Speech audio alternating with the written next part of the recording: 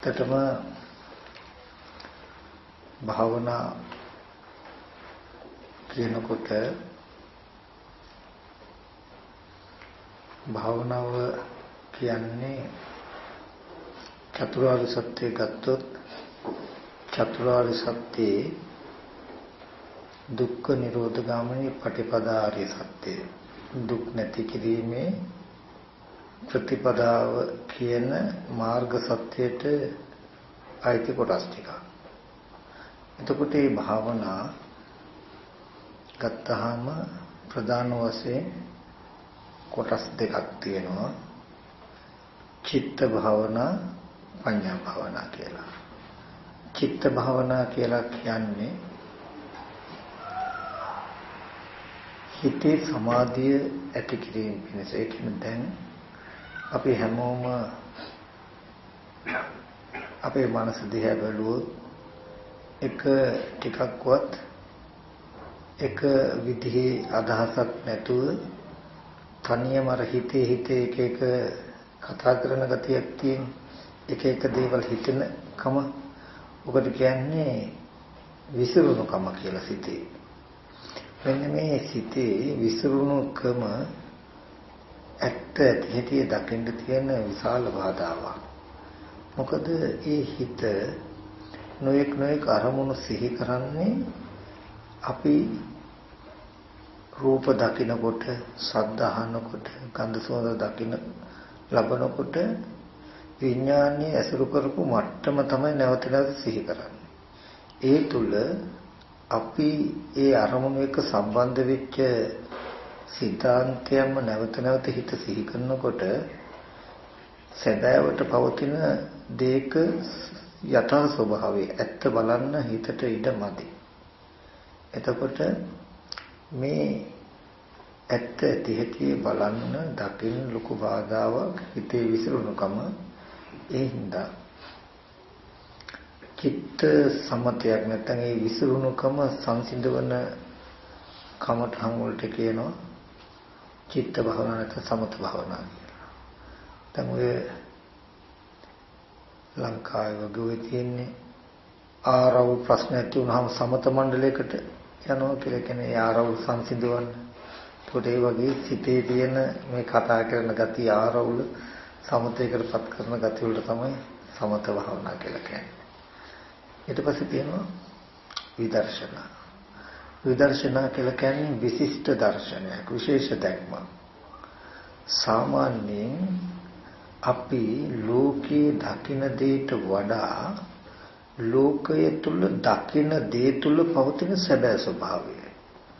අපි එදිනෙදා ජීවිතේ ලෝකේ අපිට හම්බ වෙන මට්ටමට වඩා ඔබෙන් පවතින ස්වභාවය මෙනෙහි කරලා පෙන්නන ක්‍රම බලන ක්‍රම තමයි විදර්ශනා කියලා කියන්නේ. ඒකට කියනවා පඤ්ඤා භාවනා කියලා. පඤ්ඤා කියන්නේ නුවණ අවදීන, නුවණ වැඩෙන. එතකොට මේ භාවනා දෙක, චිත්ත භාවනා, පඤ්ඤා භාවනා කියන භාවනා දෙක අපිට ආපු උත්තරයක්. උත්තරයක් කියලා කිව්වේ අපි හැමෝගෙම ජීවිතයක තියෙන දුක් ස්වභාවය, සසර විඳ දුක් ස්වභාවය, අනාගතේ සසර මේ වගේම ඉපදිලා විඳින්න තියෙන දුක් ස්වභාවය ගැන කලකිරුණු පීඩිත වෙච්ච එපා වෙච්ච මනසකට ඉබඳු දුක ඇති කරන හේතුව, ඉබඳු දුකට අපිපත් කරපු කාරණාව මොකක්ද කියලා ගවේෂණය කරන්න බුදුරජාණන් වහන්සේ පෙන්වනවා. ඒ දුක ඇති කරපු හේතුව හමු වුණාම, හඳුනාගත්තාම මේ දැන් ජීවිතයේ තියෙන සැබෑ දුක, සසර විඳ දුක්, ඉබඳුම දුක් ගොඩක් අනාගතයට විඳින්න තියෙන ඒ සියලු දුක් ටික ඇති කරපු හේතුව නැති වෙච්ච දවසකට මෙන්න මේ සියලු දුක් වලින් අපි නිදහස් වෙනවා කියලා, මේ සියලු දුකෙන් මිදීමක් වෙනවා කියලා ඉස්සෙල්ලා තේරුණාම එහෙනම් ඒ දුක ඇති කරපු හේතුව නැති කරන්න නම් මෙන්න මේ ටික කට යුතුයි කියන උත්තරය ආපු කෙනාටයි මාර්ගය තියෙන්නේ. එහෙම නැතුව අපි ඉස්සෙල්ලා මේ ශාසනය හොඳට හඳුනා ගන්නට ඕනේ. අපි හුරු පුරුදු වෙලා තියෙන සමහර විටක අද අපි මේ ඉන්න අපේ දැනුම් මට්ටම තුල විමුක්තිය දුක නැතිකම අපි දන්නේ. අපි අද ජීවත් වෙන්න මේ මට්ටමම තමයි අපිට දුක නිර්මාණය කරලා තියෙන්නේ. ඒ දුක නිර්මාණය කරපු මට්ටම ඇත්ත වෙලා ඒ තුල ඉඳගෙනම අපි දුකේ මිදීමක් හොයනවා මිසක ඇත්තටම දුකෙන් මිදෙන්න මොකද්ද කටයුතු කියන එකක් අපි හිතන්නේ. ඒක මම තේරුම් කරලා කිව්වොත් නේද? දැන් මම ඕගොල්ලන්ගේ ජීවිතයේ පින්වතුන් අපි සහේතුකම ගත්තොත් අපි හැම කෙනෙක්ම ලෙඩ වෙන්න පුළුවන්. මහලු වෙන අනුක්‍රමයෙන් මරණයටපත් වෙන්න පුළුවන්. ඒ වගේම දුව දරුවෝ ඥාති හිතයිසින් නිසා ඒ අය නැතිවීම නිසා දුක් දුම්නස් එන්න පුළුවන්. අප්‍රියමනාපදීන් දුක් වෙන්න පුළුවන් කියන තැනක ඕගොල්ලෝ ඉන්නේ. අපි බාහිර දෙයක් පැත්තකින් තබමු. මේ ජීවිතය තමන් කියන තැන ලෙඩ වෙන, මහලු වෙන, මරණයටපත් වෙන. ඒ කියන්නේ ජරා ව්‍යාධි මරණ ධර්මයකින් යුක්ත ජීවිතයක් තියාගන්න. ඒ වගේම නොඑක් විදිහේ අසුචියෙන් වැකුණු අසුචි සහගත දුර්ගන්ධ මේ කය මම කියන මට්ටමක තියාගන්න. මරුණාම විඥානේ නිරුද්ධ වුණොත් සිත අහකට ගියොත් ඉදිමිලා කුණු වෙලා නිල් වෙලා පොළොවට පස් වෙන්න පුළුවන් මේ කය. ඒ බඳු කය මම කියන තැනක ඉඳගෙන ඒ බඳු කය මම වෙලා ඊට පස්සේ මම නිවන් දකින්න හදනවා කියන තැනකින් තමයි අපි උත්සාහවත් වෙන්නේ. හොඳට බලන්න. දැන් මේ කය උරුම වෙච්ච නිසාමයි මේ කය නිසාමයි අපි ලෙඩ වෙන්නේ වෙලා තියෙන්නේ. මේ කය ලෙඩ වෙනකොට නේද අනේ මම දැන් මේ බඳු රෝගයෙන් යුක්ත කෙනෙක්, අනේ මම දැන් ලෙඩෙක් කියන තැනට තමන්පත් වෙන්නේ මේ කය ලෙඩ වෙන නිසා නේද? මේ කය අනුක්‍රමයෙන් ජරා ජීර්ණ ස්වභාවයට යනකොට මම දැන් මහලු වෙච්ච කෙනෙක්. මම අපිට ඉතින් දැන් මුකුත් කරන්න කියන්න බෑ. දැන් අපි ඉතින් අවලංගු කාසියක් වගේ කියලා කට්ටිය කියන්නේ. එතකොට ඒ මොකද මේ රූපයේ දිරණ ස්වභාවයට පත් වීමෙන් Taman දිරණෙක් වෙලානේ අපි ඉන්නේ. එතකොට යම් වෙලාවක මේ කය නැසෙන්න හදනකොට නැසුනොත් අපි මරණයටපත් වෙයි කියන හැඟීම එන්නේ. දැන් බලන්න ජරා මරණයට ජරා ව්‍යාධි මරණයට අපිවපත් කළ මේ කය ඇත්ත වෙලා මේ කය මම වෙලා ඊට පස්සේ මම සෝවාන් වෙන්න, මම සකදාගාමී වෙන්න, මම අනාගාමී වෙන්න, මම නිවන් දකින්න කියලා අපි වෙනම අජරාමරකමක් හොයනවා. හොඳට මේ කාරණාව බලන්න, මේ දහම හඳුනා ගන්න. ඔගොල්ලෝ පින්වතුන් හදිස්සියකදී කවුරුන් මම කිව්වොත් හරි. ඔබ පැයක් භාවනා කරන්න. කිසිම දෙයක් හිතෙන්නේ නැති ශුන්්‍යත ස්වභාවයක් ඔබට දැන ඒ ඔබට ධ්‍යානයක් කියලා මතක් කළොත් ඔගොල්ලොත් එහෙම කළොත් කරනකොට එදිනදා ජීවිතයට වඩා වෙනස් වෙච්ච අත්දැකීමක් ලැබුණොත් ඔගොල්ලොත් හිතේ ධ්‍යානයක් ලැබුවා කියලා. දැන් බලන්න ඔයගොල්ලන්ගේ ජීවිතේට මොකද වුනේ කියලා. එහෙම මොහොතකට ඒ වගේ සමාධියකට හෝ සිතේ වෙනස්කමක අත්දැකීමක් ඔයගොල්ලන්ට දැමුණු පමණකින් ජරා මරණ දුක් විඳ මේ කයෙන් ඔයගොල්ලෝ නිදහස් වෙලාද?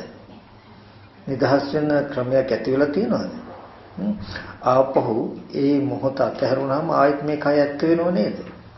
අපි හිතපු තැනම මිසක අපිට ජරා මරණේ බැඳිලා අජරාමර වෙනවද අපි අර වගේ මොහොතකට අවස්ථාවකට හිතපත් වුණා කියලා.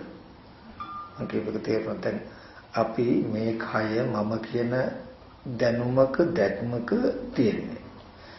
එතන මේ කය මම කියන දැනුම දැක්ම තියෙන නිසායි අපිට මේ හැම දුක් පීඩාවක්ම විඳින්න වෙන්නේ. එතකොට දැන් ඒ මම ජරා මරණ දුකෙන් යුක්ත උනේ මේ කය නිසායි. ඉබඳු මම දැන් ජරා මරණ දුකෙන් නිදහස් වෙන්න කියලා භාවනා කරනකොට චිත්ත සමාධියක් ඇති වුණා. කියන්නේ දැන් මේ මොහොතකට චිත්ත සමාධියක් ඇති වුණා කියලා මම අජරාමර වේද? හොඳට තේරුම් ගන්නට ඕනේ යම් හේතුවක් නිසා ඵලයක් උපදිනවා නම් ඒ ඵලය නැති කරන්න ඒ හේතුව නැති කිරීමෙන් මිසක වෙන හේතුවක් නැති කළ වෙන ඵලයක් නැති වෙන්නේ නැහැ නේ. ඒ කියන්නේ මම අර ඉස්සරත් මතක් කරන්නේ බඩගින්නක් ඇති වුණොත් බඩගින්න කියන එක හේතු ප්‍රත්‍යය. මොකද්ද අපි කියමු තේරෙන මට්ටමකට තිබුණු ආහාර ටික දිරවපු හේතුයි ඵලය තමයි දැන් බඩගින්න කියලා. හොඳයි. දැන් බඩගින්නේ නැමැති ඵලය නැති කරන්න අපි ලස්සන සින්දුවක් ඇහුවොත් හරියයි. දෙයට ගොඩාක් බඩගින්න ඒගොල්ලන්ට. බඩගින්න ඇති වෙච්ච හේතුව දැන් වෙන එකක්. ඒ හේතුව හින්දා දැන් බඩගිනි දුක නැමැති ඵලය ඇති වෙනවා. අපි ඒක නැති කරන්න කියලා බඩගින්න නැති කරන්න හරි ලස්සන සින්දුවක් නැත්තම් හොඳ චිත්‍රපටියක් බලනවා. දැන් ඒක ප්‍රතිකර්මයක් වෙනවද මේ බඩගින්න කියන එක නැති කරන්නේ? නැහැ. එහෙනම් අපි බඩගින්න කියන එක දුකක් නම් ඒ දුක අපු හේතුව මොකක්ද කියලා හොයලා ඒක නැති කරන්න ඕනේ නේ. එහෙම කළොත් මිසක එහෙම නැතුව කවදාවත් අපිට වෙන දෙයක් කළා තව හේතුවකින් ඇතිවෙච්ච ඵලෙ අයින් කරන්න බෑ. එතකොට එහෙමනම් අපිට වෙනවා මොකද්ද? සින්දුව ඇහුවත් චිත්‍රපටයක් බැලුවත් හරියන්නේ කෑම කන්න වෙනවා. ඔන්න කෑම කෑවොත් ආහාර පාන නැතිකම නිසා ඇති වෙන බඩගින්න නැමැති ප්‍රතිඵලය ආහාර පාන ඇතිවීමෙන් ඒ හේතුව නැති වෙන නිසා බඩගින්න නැති වෙයි. ඒ වගේ හොඳට බලන්න ඔගොල්ලෝ පින්වත්තුන් ජරා මරණ ශෝක පරිදේ දුක්ඛ දෝමන සුපායාසයන්ගෙන් යුක්ත වුනේ මේ කය මගේ ආත්මයයි කියන දැක්මෙන් කයේ බැඳිලා හින්දන්න ඕගොල්ලෝ පින්වත්තුන් දුකටපත් වෙලා තියෙන්නේ මේ කය ආරම්භය චන්දරාගය නිසායි. මේ කය මගේ ආත්මය කියලා දකින දර්ශනය නිසායි මේ කය ඕගොල්ලන්ගේ සිත බැඳිලා තියෙන්නේ. මේ කය මම වෙලා ජරා මරණ දුක් ඔගොල්ලෝ විඳි. එතකොට මේ කය කෙරෙහි පවතින චන්දරාගය නිසා ඡන්ද කියලා කියන්නේ කැමැත්ත, රාගය කියන්නේ ඇලෙනකම, මම කියලා කැමැත්තෙන් ඇලෙනකම මේ රූපේ. අපි කවුරුත් කැමති මම කියන ගතියට. ඒ කියන්නේ මේ තමගේ ජීවිතයට කැමති කමටයි තව වචනය. අපි මේ රූපේ මම කියලා දකින්නේ ඒකයි මේකේ පිළිකුලක් තිබුණොත් අපිට එහෙම ලොකුවට දැනෙන්නේ මගේ දීති මම පිරිසිදු කරගන්න එපා කියන තැනක අපි සාධාරණීකරණය කරනවා. එතකොට මේ කය මම මගේ කියන තැනකින් අපි මේ ජරා මරණ දුකට උරුම වෙලා තියෙයි නම් දැන් බලන්න ඒ දුකෙන් නිදහස් වෙන්න අපි හිස් බවක් හෝ කිසිම අරමුණු නැති තැනකටපත් වුණාට මේ කය මම මුල් කරපු හේතු අයින් වෙයිද කියලා අයින් වෙන්නේ නැහැ. එතකොට මෙතනදී අපි ඇත්තටම මෙන්න මේ කාරණා දෙක ඉස්සෙල්ලා නිශ්චිත බවට ස්ථීර බවට පත් වෙමු. මොකක්ද?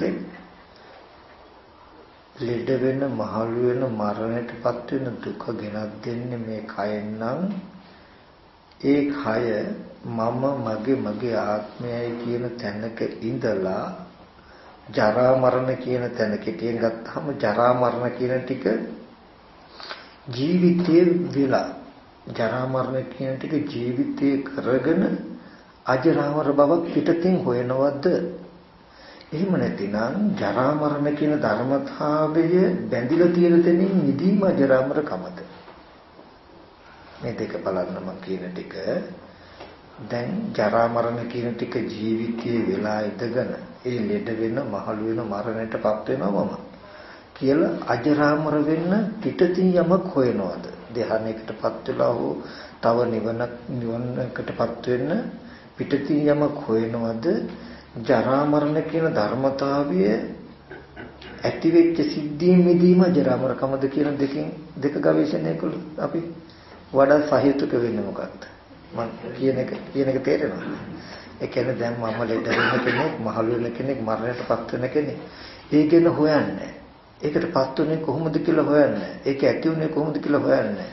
මේ දුක සහේතුක මොකද්ද කියලා හොයන්නේ. ඒ ඔක්කොම මගහැරලා දාලා ඇත්තටම නිවන් දකින්න ඕනේ. සෝවාන් සකදාගාමී වෙන්න ඕනේ. ධ්‍යානයක් ලබන්න ඕනේ. මෙහෙම අජරාමර වෙන්න ඕනේ කියලා මේ සිද්ධියෙන් පරිබාහිර අජරාමරකමක් අපි හොයනවා. අපි ගොඩක් දෙනෙක් කරන්නේ ඒක නේද? තමන් ජරා මරණයටපත් වෙච්ච සිද්ධියේ මගහැරලා යන්න පරිබාහිර දෙයක් කරනවා. නමුත් ඇත්තටම අපි කරන්න ඕනේ ජරා මරණය ධර්මතාවයෙන් ජරා මරණ ධර්මතාවය කියනවා නම් ඒකේ මෙදීමම අජරාමර කමද වෙනම අජරාමර කමක් සිවිය යුතුද කියන දෙක ඉස්සෙල්ලා නිශ්චිත කරගන්න වෙනවා අපිට. මොකද මේ දර්ශනහරහයි අපිට කියන්නේ දුක්ඛ නිරෝධ ගාමිනී ප්‍රතිපදාව තියෙන්නේ දුක්ඛ නිරෝධී බලාගෙනයි. දුක්ඛ නිරෝධය කියන එක ඕගොල්ලෝ පින්වතුන් අජරාමරකම දකිනවා නම් මේ ශරීරයේ මේ මම ඇත්ත මම ඉන්නවා මම කොහොම හරි නිවන් දැකගත්තොත් මම සෝවාන් වුණොත් කියන තැනක නම් ඕගොල්ලන්ට මේ කය ඇත්ත වෙලා ජරා මරණය පයට පාගගෙන ජරා මරණ ජීවිතය වෙලා අජරාමර බවක් මනෝමයෙන් හොයනවා. එතකොට ඒ බඳු කෙනෙකුට ප්‍රතිපදාවත් මනෝමයෙන් බාහිර එකක් වෙනවා. ඒ කියන්නේ යා සිල් රැකලා ඔන්න කිසිම අරමුණු ටිකක් නැති ධ්‍යානයකටපත් වෙන්න හෝ හිතට දුකක් නොවන අරමුණු කිසිවක් නැති ශුන්‍යතාවයකටපත් වෙන්න හෝ ওই වගේ තැනකට ගිහිලා මේක දැන් ආර්ය ධ්‍යානයක් කියලා හෝ නැත්නම් මොන විදියකට හෝ අපි රැවටෙනවා. නමුත් ඔකෙදී අපි තේරුම් ගන්න ඕන එක සිද්ධියක් තියෙනවා. මම ඒකෙදි මතක් කරන්නේ මෙහෙ ඉන්නවත් දන්නේ නැහැ. ලංකාවේ කලාවල වල ඉන්නවා මේ මීමින්නු කියලා જાතිය. මීමින්න කියන්නේ හරි රසන අහිංසක සතෙක්. මුව පවුලට අයිති සතෙක්. ලොකුම සතත් පොඩි මුව පැටියෙක්ගේ ප්‍රමාණය තමයි ලොකුම සතා. අන් එන්නේ මොකද වගේ තිත් තියෙනවා. හරි අහිංසකයි. හරියට බය වෙන සතෙක් මන්ට. ඉතින් මේ මීමින්න පිටිපස්සේ මිනිස්සෙක් හරි ඔය සුනෝපියුරලක් හරි නරිරලක් හරි එළෙව්වහම මේ සතා බයට දුවනවා. හරි ඉක්මනට වෙහෙසටපත් වෙනවා. මෙයා දුවල ගිහිල්ලා ඔළුව හංග ගන්නවා පඳුරක හරි තනොගිස්සක හරි ගල් බිලක් ඇතුළත හරි ඔළුව හංග ගන්නවා.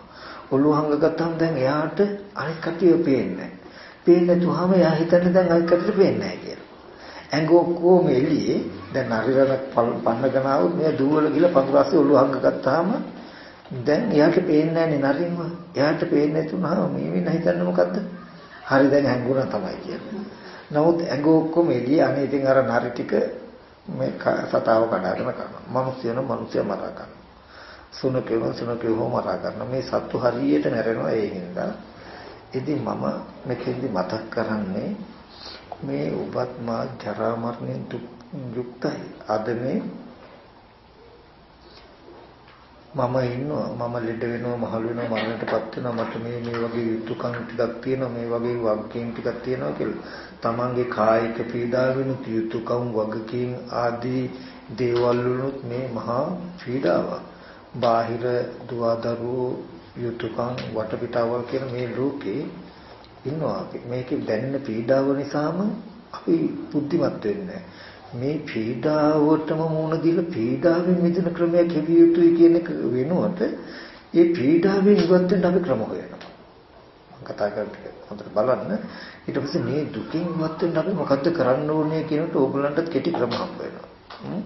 නිවන් දකින්න කෙටි ක්‍රම කියලා අපි කියමුකෝ මෙන්න මේ කමටහන නැවත වඩනකොට ඕගලන්ට මෙන්න මේ වගේ ශුන්‍යතාවයකටපත් වෙන්න පුළුවන්. මේ වගේ ආර්ය ධානයකටපත් වෙන්න පුළුවන් කියලා ඔයගොල්ලෝ කියනවා. ඇත්තටම සමහර විටක එහෙම කරනකොට මේ තමන්ව මොහොතකට නැකිලා තමන් ඉන්න වටපිටාව අතහැරලා චිත්ත සමාධියක් ඇති වෙන්න පුළුවන්. ධානයක් එන්න පුළුවන්. දැන් මේ මිනින්න ඔළුව ගහගත්තා වගේ. දුක තියෙනවා දැන් ඕගොල්ලන්ට දුක හමුන වෙන තැනකට ගිහිල්ලා මිසක තියෙන්නේ. දැන් ඕගොල්ලෝ හිතනවා හරි මෙතන ඉන්නකොට දුක නැහැ කියලා. නමුත් මේ ඇඟේ එළියේ මායයට අහු වෙන්න පුළුවන් මායාවේ ශේෂ්ත්‍රයේ කෙලස් ටික දුකට හේතු ටික ඔක්කොම මේ පැත්තක තියෙද්දි මොහොතකට පඳුරකට ඔළුව ගහගත්තා වගේ අපි අතන ඉන්නකොට දැන් අපිට දුක දැනෙන්නේ නැහැ තමයි. දුක තේරෙන්නේ නැහැ. නමුත් මේ දුක නැති වෙලා නෙමෙයි දුක දැනෙන ටික මේකට ඔළුව ගහගෙන ඉන්නකන් තේරෙන ටිකම තේරෙන්නේ. ඔක කොච්චර දුරට ඉන්න පුළුවන්ද කියනවා නම් අරූපී බ්‍රහ්ම ලෝකෙට ගියා කියන තුන මීමුන්න ඔළුව ගහගෙන ඉන්නවා වගේ. කල්ප 84000ක් ඉන්න පුළුවන්.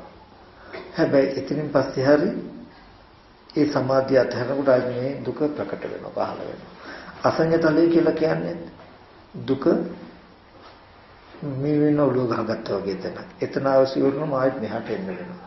ඒ වගේ කල්ප 84000ක් මේ මම කියලා පෙනිලා ජරා මරණ දුක පෙනින්නේ නැති මේ දුව දරු ගෝදවල ආදී මේ දේවල් වලින් එන පීඩාව තමන්ට හමු නොවන තැනකට ගියත් ආපහු එනවා නම් తాවකාලික චිත්ත සම්මතයක් එක මොහොතකට වෙන්නන දෙයකින් අපිට විමුක්තියක් ලැබෙයිද කියලා හිතන්න. ඒ නිසා කවුරු හරි කෙනෙක් ධ්‍යානයක් වෙන්නවා. එහෙම නැතිනම් වචන කොටලවිල්ලක් කිව්වත් පින්වතුන් ඉස්සෙල්ලා හඳුන ගන්න එක දෙයක්. අපිට අපේ ජීවිතයේ තියෙන දුක ගෙවිලා නැහැ කියන තැනකින් තමන්වම නැවත නැවත බලන්න. తాවකාලික චිත්ත සමාධියක් හෝ චිත්ත සමතයක් හෝ නැතිනම් භාවනා මානසිකාරයක් හෝ මෙනෙහි කරන වෙලාවට මේ පරිසරයෙන් එන දුක මැකෙන්න පුළුවන්. දුක මැකුණට ආපහු ඒ සිද්ධාන්ත ඉවරෙච්ච ගමන් අපිට මේ දුක ඇත්ත වෙනවා නම් එහෙනම් තාම ප්‍රශ්නේ ලෙහිලා නැහැ කියන එක ඉස්සෙල්ලා දැනගන්න වෙනවා. ඒ නිසා අපි ඉස්සෙල්ලාම තේරුම් ගන්න ඕනේ දේ තමයි මොකක්ද? ජරා මරණ සංඛ්‍යාත ජීවිතයේ තියෙන මම අජරාමර යමක් හොයනවා නෙවෙයි. මේ ජරා මරණ ධර්මය ඇති කරපු හේතුව මොකක්ද? ඒ හේතුව නැති කළ මේ ජරා මරණ ධර්මයෙන් මිදෙන්න කටයුතු කරන්නේ මොකක්ද කියලා. ඒකට මේ ප්‍රතිපදාව උදව් කරගත්තොත් ජරා මරණයෙන් වෙන්වීම අජරාමරකමයි. වෙනම අජරාමරකමක් ලබනවා ජරා මරණ සංඛ්‍යාත අපි ඊට උඩින් තව අජරාමරකමක් ලබනවා එහෙම නෙවෙයි. ජරා මරණ ධර්මයෙන් වෙන්වීම අජරාමරයි කියලා දකින්න. අපි මේ කම්පියුටර් එක හાર્ඩ් එකේ එක වින්ඩෝස් එකක් මකලා ඒ උඩින් තව ෆෝමැට් එකක් ගහලා වින්ඩෝස් එකක් ගහනවා වගේ එකක් කරන්න නම් අපි හදන්නේ ඒක එහෙම එකක් නෙමෙයි මේ තියෙන්නේ. ඒ කියන්නේ අපි නිවන් දකින්න හදනවනේ මේ ජරා මරණ එකට උඩින් තව කොපියක් ගහන්න කියලා හදන්න කොහොම හරි අජරාමරකම් වගේ එකක්. නමුත් හොඳට පින්වතුනි අපි බුද්ධිමත් වෙන්නට ඕනේ. මේ ශාසනය හඳුනා ගන්නට ඕනේ. අපි හරියට නිවැරදි ක්‍රමයක් ඉගෙන ගත්තේ හඳුනාගත්තේ නැති වුනහම අපි හරිය ඉක්මනට කෙනෙකුට රවට්ටන්න පුළුවන්. අපි ශාස්ත්‍රය ඉගෙන ගත්තේ නැති වුනහම අපි ඉක්මනට කෙනෙකුට රැවටෙන්න පුළුවන්. ඕ පොඩි ළමයෙකුට මම කියන්නේ අර වගේ කෝටි ගානක වටිනා දෙයක් අතේ තිබුණු සීනි බුලයක් දීලා අයින් කරන්න පුළුවන් වගේ. අපිට ඕගොල්ලෝ මේ තරම් දුකෙන් පීඩාවෙන් විඳලා ඉන්නකොට తాවකාලික දෙයක් පෙන්නලා ඉවරලා බලන්න මේ වගේ සැපක් තියෙනවනේ මේක තමයි කිව්වම ඕගොල්ලෝ පැත්තට යන්නේ එක පුදුමයක් නෙමෙයි. නමුත් අපි හරියට තේරුම් ගත්තොත් මේ වගේ తాවකාලික දෙයකින් එක මොහොතකට කෙලෙස් අත්දැකීම මිදුණු එක මොහොතකට සිතේ සැනසෙල්ලක් කියන ධර්මතාවයක් පිනුණු පමණකින් ඒ තන හෝ ඒ ධර්මතාවයේ නිවැරදි යන්න නොවේදී මේ ගත වෙන ජීවිතේම දුක කියන එක උපන්න තැනින්ම ගලවල දැමීමයි දුකේ මිදීම කියන තැනකටපත් වෙන්න පුළුවන්. තව කෙටියෙන් ගත්තොත් තව පැත්තකින් මේ ජීවිතේ දුක් සහගතයි. මේ ජීවිතේ දුකෙන් මිදෙන්න බැරි අපි මරණයෙන් පස්සේ දුකෙන් මිදීම එක ගැන හිතන්න පුළුවන්ද? බැහැ. ඉතින් ඒ නිසා බුදුරජාණන් වහන්සේ පෙන්වුවේ කෙටියෙන් ගත්තාම එක දෙයක්. අද ඔබේ ජීවිතයේ පෙන්වුවා දුක්ඛ සත්‍ය කියනකොට ඔබ පින්වතුන් ඕගොල්ලෝ දුක ගැන හිතන්න නෙමෙයි පෙන්වන්නේ. දුක්ඛේ ඥානං කියනකොට ඕගොල්ලන්ට පෙන්වුවා මේ පැවැත්මම දුක නේද කියන නුවණක් ඇති කරගන්න. ඒ කියන්නේ Tamanට Taman දිහා බලලා අනේ මේ ලෙඩ වෙන, මේ මහලු වෙන, මේ මරණයටපත් වෙන, ප්‍රිය විප්‍රයෝග, අප්‍රිය සංපයෝග දුකෙන් ස්පර්ශ කරන මේ වටපිටාවම දුක නේද කියලා Tamanව දකින්න. දුක්ඛේ Taman තව දුක්ඛේ ඥානං කියලා හිතන්න එපා. දුක්ඛ සත්‍ය කියලා කියන්නේ ඔයගොල්ලන්ගේ ජීවිතේට. ජරා මරණ. ඊට පස්සේ බුදුරජාණන් වහන්සේ පෙන්වුවා මොකක්ද? දුක්ඛ සමුදය. දුක ඇති කිරීමේ හේතුව මොකද්ද? මේ රූපය ඒතං මම ඒසෝ හමස්මින් එමේසෝ අත්තාති. මේ රූපේ මම කියලා, මේ රූපේ මගේ කියලා, මේ රූපේ මගේ ආත්මයයි කියලා ඕගොල්ලෝ බලන කමින්ද, ඕගොල්ලෝ දකින්න කමින්දයි ඕගොල්ලෝ මේ දුකටපත් වෙලා තියෙන්නේ කියලා. දුකට හේතුව තණ්හාවයි කියලා කිව්වේ මේ කය මම කියලා, මගේ කියලා, මගේ ආත්මයයි කියලා නිතරම බලනවනේ, නිතරම දකිනවනේ. මම මගේ ආත්මයයි කියලා නම් ගන්නෙ මෙන්න මේ විදිහටයි මේ සියලු දුක් වලට, ජරා මරණ ධර්මයන්ට ඔගොල්ලෝ බැඳිලා තියන්නේ කියලා පෙන්වනවා. පෙන්නලා බුදුරජාණන් වහන්සේ පෙන්වුවා යම් වෙලාවක මේ කය නේතං මම නේසෝ හමස්මින් නෙමේසෝ අත්තාති. මේ කය මම නෙමෙයි, මගේ ආත්මයක් නෙමෙයි, මමත් නෙමෙයි, මගේත් නෙමෙයි, මගේ ආත්මයක් නෙමෙයි කියලා බලනවා නම් මේ කය දිහා, දකිනවා නම් මේ කය එහෙම, මේ මම ලෙඩ වෙන, මහලු වෙන, මරණයටපත් වෙනවා කියන සිද්ධියෙන් මිදෙනවා කියලා පෙන්වනවා. පෙන්නලා ඊට පස්සේ පෙන්වනවා එහෙනම් මේ කය තමන්ගේ නෙවෙන, මම නොවන, මගේ නොවන, මගේ ආත්මය නොවනවා කියන දේ දකින්න තැනටපත් කරගන්න. එහෙනම් හැම වෙලාවෙම මේ කය දිහා නුවණින් බලන්න, මම හෝ මගේ හෝ මගේ ආත්මය නෙමෙයි කියලා බලන්න කිව්වා. දැන් ඔන්න ඔය උත්තරේ හින්දා විදර්ශනා කියලා කියන්නේ සාමාන්‍ය ලෝකෙ මෙච්චර කාලයක් අපි මේ කය දිහා බැලුවේ මම කියලා. මේ කය දකිනකොට සිහි කරගත්තේ මගේ අත්පය කියලා. අනිත් රූප දිහා තව මගේ අම්මා තාත්තා දුව පුතා කියලා බැලුවේ. සත්‍ය පුද්ගලය කියලා බැලුවේ. ඊට පස්සේ ඔය දුක ඇතිවීම නැතිවීම කියන තුන බැලුවාම දුක නැති කිරීම සඳහා නිතරම දැක්ක යුතුයි, බැලිය යුතුයි. මම හෝ මගේ ආත්මය නොවන විදිහට මේවා දැක්ක යුතුයි කියලා පෙන්වන්නේ. ඊට පස්සේ විදර්ශනා කියලා කියන්නේ ඒ දැක්මට අනුව මේ කය මගේ ආත්මය නොවන දෙයක් හැටියට හැම වෙලෙම පෙන්වනවා. මේ රූපේ සැබෑ ස්වභාවය පෙන්වනවා. මේ මගේ දුව පුතා අම්මා තාත්තා කියන එක වෙනුවට මේ හැම රූපයකම ඇත්ත මෙන්න මෙහෙම දෙයක් නේද කියලා අපි කියමු. සතිපට්ඨාන කායගත සතිය ගන්න අරගෙන රූපය කියන එක ගත්තාම රූපය කියන එක හොඳට බෙදලා රූපය කියන එක කොටස් කඩලා කාණ්ඩ බෙදලා නුවණින් කොටස් කඩලා කාණ්ඩ බෙදලා හොඳට රූපේ ලිහලා දක්වනවා තමන්ටම. තමන්ගේ දෙයක් නෙවෙයි මෙහෙම කොටස් ටිකක් තියෙන්නේ ඒකද හේතු ප්‍රත්‍යය කියලා පෙන්නන්න. මේ තමන් කියන ශරීරයත් කොටස් කඩලා කාණ්ඩ බෙදලා හොඳට විවර කළා විවෘත කළා නුවණ ඇසට තමන්ටම තමන්ව පෙන්නනවා මේ රූපය මෙහෙම කොටස් ටිකක් තියෙන ඒකද හේතු ප්‍රත්‍යය. මෙහෙම බලන්න මේ කය මම මගේ කියලා ගත්ත හුරුවක් තියෙනම් ඒක ගෙවෙනවා. නූපන් දැකීම නූපදිනවා. මම මගේ කියනද නූපන් දැකීම නූපදින උපන් දැකීම පිරිහෙන විදිහට මෙහෙම බලන්න ඕනේ. ඔන්න ඔය විදිහට බලනකොට බැලුවට පෙනෙන්නේ මම කරපු දේවල් මම කියපු දේවල් කියලා හිත ඇතුලෙන් එක කතාම සිහි කරනකොට මම නොවන සිද්ධාන්තයක් තියෙන කෙනෙක් බලන්න බාධායි.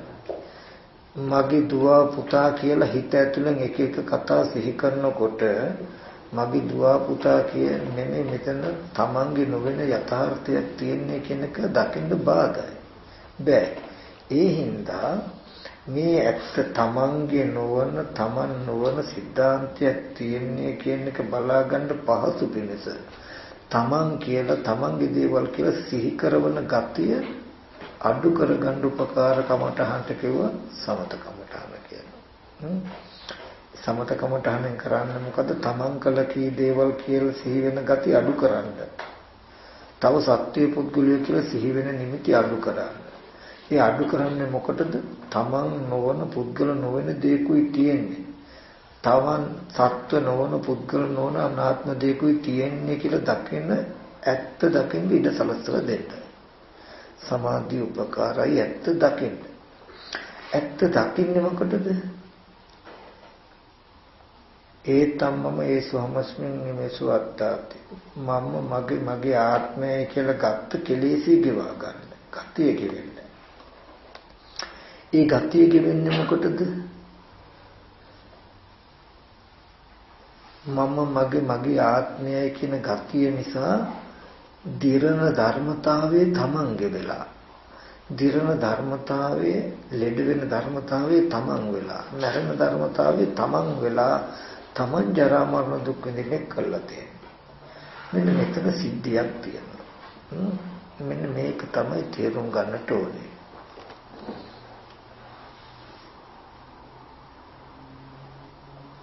මේ ලෝකේ හේතුන්ගෙන් හටගත්ත හැම දෙයකම අපේ සංකත තීනිමානි වික්‍රේ සංකතාන සංකත ලක්ෂණාන සංකතයන්ගේ සංකත ලක්ෂණ තුනක් තියෙනවා. උපාදෝ පඤ්ඤායති වයෝ පඤ්ඤායති තිතස්ස අඤ්ඤතත්තං පඤ්ඤායති. පුද්ගලයේ සත්‍යයේ නෙමෙයි හේතු ප්‍රත්‍යයෙන් සකස් වෙච්ච වස්තුන්ගේ පොදු හැම වස්තුවකටම පොදු ලක්ෂණ තුනක් තියෙනවා. ඒ වස්තුන්ගේ ඉපදීම පෙනෙනවා. ඒ වස්තුන්ගේ නැතිවීම පෙනෙනවා. පවතින දේ විපරිණාමයක් පෙනෙනවා. තිතස අඤ්ඤතත්තං පඤ්ඤායති. සිටිහුගේ වෙනස්කමක් හැනෙනවා. අපි කියමු ගහක් ගන්න. ගහක් කොළක් වුණත් හටගත් එකක්. ගහක් වුණත් කවදා හරි දවසක නැති වෙන්න නැසෙන්න පුළුවන් එකක්.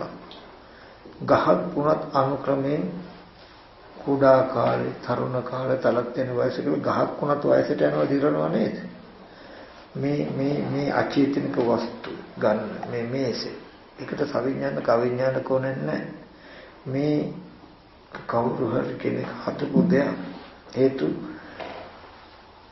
අපි කියන්නේ ස්ටෝල් එක නොවන හේතු රාශියක් එකතු කරලා පෙර නොතිබීම හැදෙන එකට කියන හේතු ප්‍රත්‍යයෙන් හටගත්ත කියලා.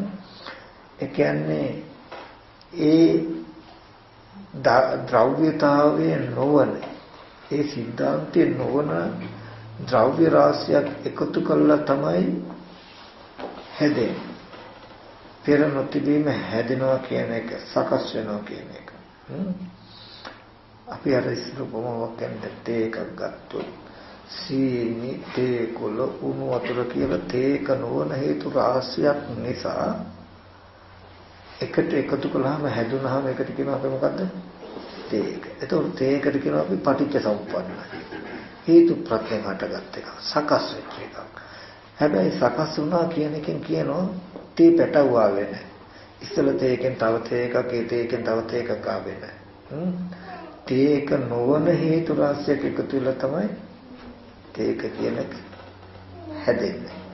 එතකොට ඒ වගේ මේ ස්ටූල් එක ගත්තොත් ස්ටූල් එක නොවන හේතු නොවන ලී කෑලි රාශියක් එකතු වෙලා තමයි ස්ටූල් එක කියන එක හැදෙන්නේ තියෙන්නේ. මේ ස්ටූල් එකට කාලයක් තියෙනවා, ආයු කාලයක්. මේකද අනුක්‍රමයෙන් ටික ටික දිරනවා. මේකද නැසෙන දවසක් තියෙනවා. එතකොට ජාති ජරා කියන ධර්මතාවයන් පොදුයි. ඒ වගේම ඔබෙත් මගේ මේ රූපය ඒ වගේම මම නොවන සත්ව නොවන හේතු රාශියක් නිසා නිර්මාණය වෙච්ච රූපයක් මේක. අපි කියමු කර්මය කියන හේතුය, ආහාරය කියන හේතුය, චිත්තය කියන හේතුය, ඍතුව කියන හේතුය. කම්ම චිත්ත ඍතු ආහාර කියලා ධර්මතා හතරකින් තමයි මේ රූපය ඇතිලා තියෙන්නේ.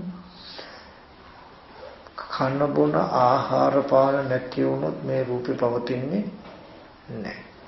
ආහාර තිබුණට චිත්තය නැත්තම් විඥානයේ සිත කියන එක නොතිබුණොත් මේ කය විඥානයේ නැත්තම් හිත නැතිවුණොත් මේ කය පවතිනවද? නැහැ. එහෙනම් මේ කයේ පැවැත්මට ආහාරයත් ඕනේ, හිතත් ඕනේ. ආහාරයක් තිබුණත් හිතක් තිබුණත් කර්මයක් නොතිබුණා නම් මේ විදිහට මේ රූපේ හදන්න ඕනේ, මෙච්චර කාලයක් මේ රූපේ පැවැත්විය යුතුයි කියන ශක්ති කර්ම ගතියක්. අපි නිකමට කිව්වොත් වොරන්ටිය මේක පවතින අවුරුදු 50 කියනවා වගේ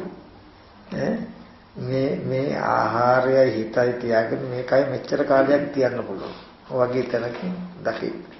ඒ බඳු කර්මජ ගතිය නැත්තම් ඒක බෑ. කර්මය තිබුණ, චිත්තේ තිබුණ, ආහාරය තිබුණ, නමුත් ඍතු සප්පාය නොතිබුණා නම් අවශ්‍ය විදිහට ඔක්සිජන් හරි මේවා තියෙන පසුබිමක් මේ ලෝකේ නොතිබුණා නම් එතකොට දෙටි සීතල තිබුණා. දැවෙන යමක් අළු වෙලා යන විදිහ ගින්නක් හෝ තිබුණා. මේකයි පවතින්න බෑ. නමුත් වටපිටාවේ ඍතුයේ උපකාරයක් නිසා කම්ම චිත්ත ඍතු ආහාර කියන ධර්මතාවයේ සමතාවය නිසා සමவாயයෙන් මේ කය පවතිනවා. මේ කය දිරණ ධර්මතාවය. මේ කය නැසෙන ධර්මතාවය. එතකොට මේ හේතුන්ගෙන් හටගත්තු රූපේ ස්වභාවය තමයි දිරණ එක. ඒ දිරණ රූපය, ඒ ඇතිවෙච්ච රූපේ ඔබ මම කියනකොට, මගේ කියනකොට ඔබට තේරෙන්නේ මේ මම තමයි ඇති වෙලා තියෙන්නේ වගේ. ඔබට තේරෙන්නේ දැන් මේ රූපമിതിය, මේ කය කම්මචිත්ත ඍතු ආහාර කියන තුන් දෙනා නිසා පවතින රූපമിതിයක් කියලා තේන්නේ මේ මම ජීවත් වෙනවා වගේ තැනකින් ඔබ පුද්ගල භාවයක්, ඔබේ ඉපදීමක් වෙනවා කෙලෙස් වලට. මේ ඉපදීම ඔබේ ඉපදීමක් කරගන්නවා ඔබ. ඊට පස්සේ ආහාරය හෝ වෙනස් වෙනකොට, චිත්තය හෝ වෙනස් වෙනකොට, කර්මය හෝ වෙනස් වෙනකොට, ඍතු සප්පාය හෝ වෙනස් වෙනකොට, මේ ප්‍රත්‍ය වෙනස් වෙනකොට මේ රූපය වෙනස් වෙනවා. එතකොට ඕගොල්ලන්ට අපිට හිතෙන්නේ අනේ මම දැන් මහලු ඉන්නේ කියලා. දිරන රූපේ මම මගේ කියලා ගන්නකොට ඕගොල්ලන්ට වෙන්නේ දැන් මම දිරනවා වගේ. රූපේ දිරනවා. දිරන රූපයට මම මගේ කියනකොට දැන් අනේ මම දැන් මහලු ඉන්නේ වගේ තරකින් තමයි තේරෙන්නේ. ඉතින් මේ හේතුන්ගෙන් හටගත්ත මේ රූපമിതിය හේතු එකක් හෝ නැති වුණොත් තියන්නේ නැති වෙනවා. හේතු නැති වෙනකොට නැති වෙන රූපේ මම මගේ කියලා ගත්තාම හේතු නැති වෙනකොට නැති වෙන දවසට අනේ මාව මැරෙන්න එනවා නේද කියලා හිතෙනවා. එතකොට තමන් ජරා මරණ දුක විඳින්නේ කියලා තියෙන ජරා මරණ ධර්මයේ බැඳිලා හින්දායි. ඔගොල්ලෝ ජරා මරණ ධර්මයේ බැඳුනේ ජරා මරණ ධර්මයේ මම කියලා, මගේ කියලා, මගේ ආත්මය කියලා ගන්න හින්දායි. ඉතින් යම් වෙලාවක මේ කය තමන් කියන දැක්මෙන් මිදුණු ඔබ කිසි වෙලාවක මේ කයේ වෙනස් වීම නිසා දුක් විඳින්නේ මේ කය මොනෝhari වීමෙන් කය ලෙඩ වීමෙන් ඔබ ලෙඩ වෙන්නේ නැති වෙනවා. කය මහලු වීමෙන් ඔබ මහලු වෙන්නේ නැති. කය මැරීමෙන් ඔබ මැරෙන්නේ නැති තැනකටපත් වෙන්න පුළුවන්. ඒකට කියනවා අජරාමරයි කියලා. ඔබ ජරා මරණයට බැඳිලා තියෙන්නේ, ජරා මරණයටපත් වෙලා තියෙන්නේ ජරා මරණ ධර්මතාවයක් මම මගේ කියපු හින්දා. ඔබ ජරා මරණ ධර්මයෙන් මිදුණොත්, ජරා මරණ ධර්මයෙන් මිදුණොත් අජරාමර වෙනවා. ඊගාවදී තමයි ජරා මරණ ධර්මතාවයේ පය ගහලා පිහිටලා ඉඳගෙන ධ්‍යාන ලැබෙන්නේ. නිවන පැත්තකින් දෙබව ධ්‍යානක්වත් ලැබෙන්නේ. ජරා මරණ ධර්මයෙන් ඖදාරික මට්ටමේ ජරා මරණ ධර්මයෙන් මිදෙනකොට ඒට සියුම් මට්ටමේ ආත්ම ප්‍රතිලාභයක් ධ්‍යාන මට්ටමකට බෝපත් වෙනවා. ඒ කියන්නේ ඔබ ධ්‍යාන මට්ටමකටපත් වෙන්න නම් මේ කයෙන් ඔබ මිදෙන්නට ඕනේ. කයේ පිහිටලා ඉඳගෙන ඒ කියන්නේ ඒකට කියන චේත විමුක්ති කියලා. සිතේ මිදීම සහ නුවණින් මිදීම කියලා මිදීම කොටස් දෙකයි. ඔබ මොනතරම් නුවණක් තිබුණත් මොනතරම් සිතුවිල්ලක් ආවත් අද ඔබේ කය බැඳිලා නම් මේ සිතේ. ඔබට දැන් මේ කය සිතේ බැඳලා හින්ද මේ කය මම වෙලා තියෙනවා. පින්වතුන් කවදා හරි දවසක මේ කාම භූමියෙන් කාම ලෝකයෙන් මිදෙන්නේ මේ කයෙන් මිදුණු දවසටයි. ඔගොල්ලෝ දන්නේ නැති ඇති මම ඔය මතක් කරන්නේ තමන්ට නිවන පැත්තකින් ලැබේවා කාමෙන් මිදිලා සැබෑවටම ධ්‍යානයක් ලබන්න තියෙන සැබෑ මග මේ ලෝකේ අයින් කරගන්නවා රැවටීමේ ඇත්තටම මේ කය පිහිටලා ඉඳගෙන මේ කය පරිහරණය කරමින් ධ්‍යාන ලැබෙනවා නෙවෙයි මේ කයෙන් ඉවත් වීම ධ්‍යානය. මම හොඳ සූත්‍රයක් තියෙනවා පස්සේ පුළුවන් වුණොත් ඔයගලන්ට ඒක කියලා දෙන්නම්. ඔයගලන්ට තෝරන වුණොත් ඒක බලන්න ටිකක්. බුදුරජාණන් වහන්සේ දේශනා කළ ත්‍රිපිටක ධර්මයේ දීඝ නිකායේ තියෙනවා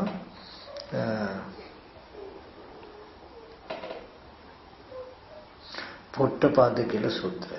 මෙන්න මේ පොට්ටපාද සූත්‍රය හරිය ලස්සනට පැහැදිලි කරලා තියෙනවා කෙනෙකුගේ ජීවිතයට විමුක්තිය සාක්ෂාත් වෙන හැටි. එතකොට මෙතනදී මතක් කළේ මේ කයෙන් මිදීම නෙමෙයි කය තියාගෙන ධ්‍යාන ලැබනවා නෙමෙයි කවදාවත් ලැබෙන්නේ නැහැ. මොකද කය කියන්නේ පඨවි ආපෝ තේජෝ වායෝ කියන සතර මහා ධාතුන් නිර්මිත වෙච්ච කාම භූමිය අනුවගේ ධර්මයක්.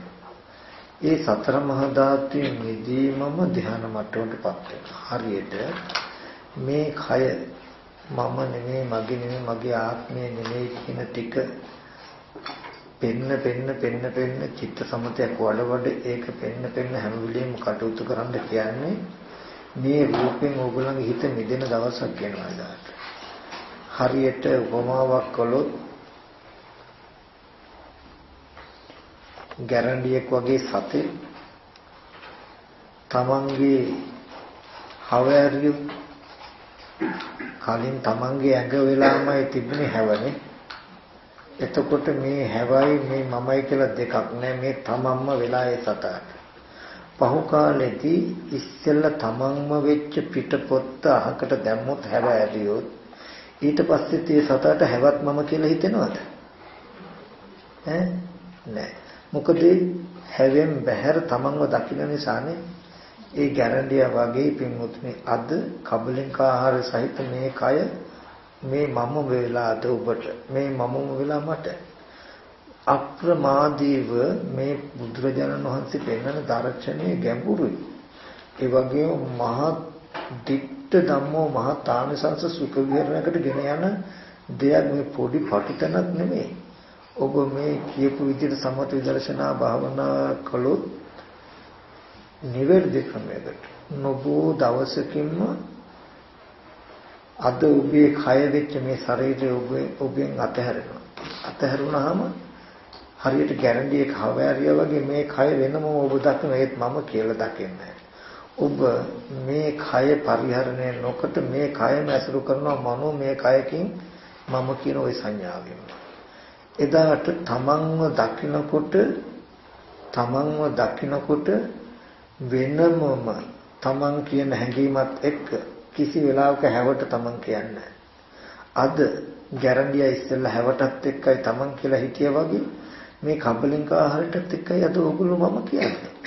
ඔහොම තැනක ඉඳගෙන ඕගොල්ලෝ නිවන් දකින්න හදන්නේ.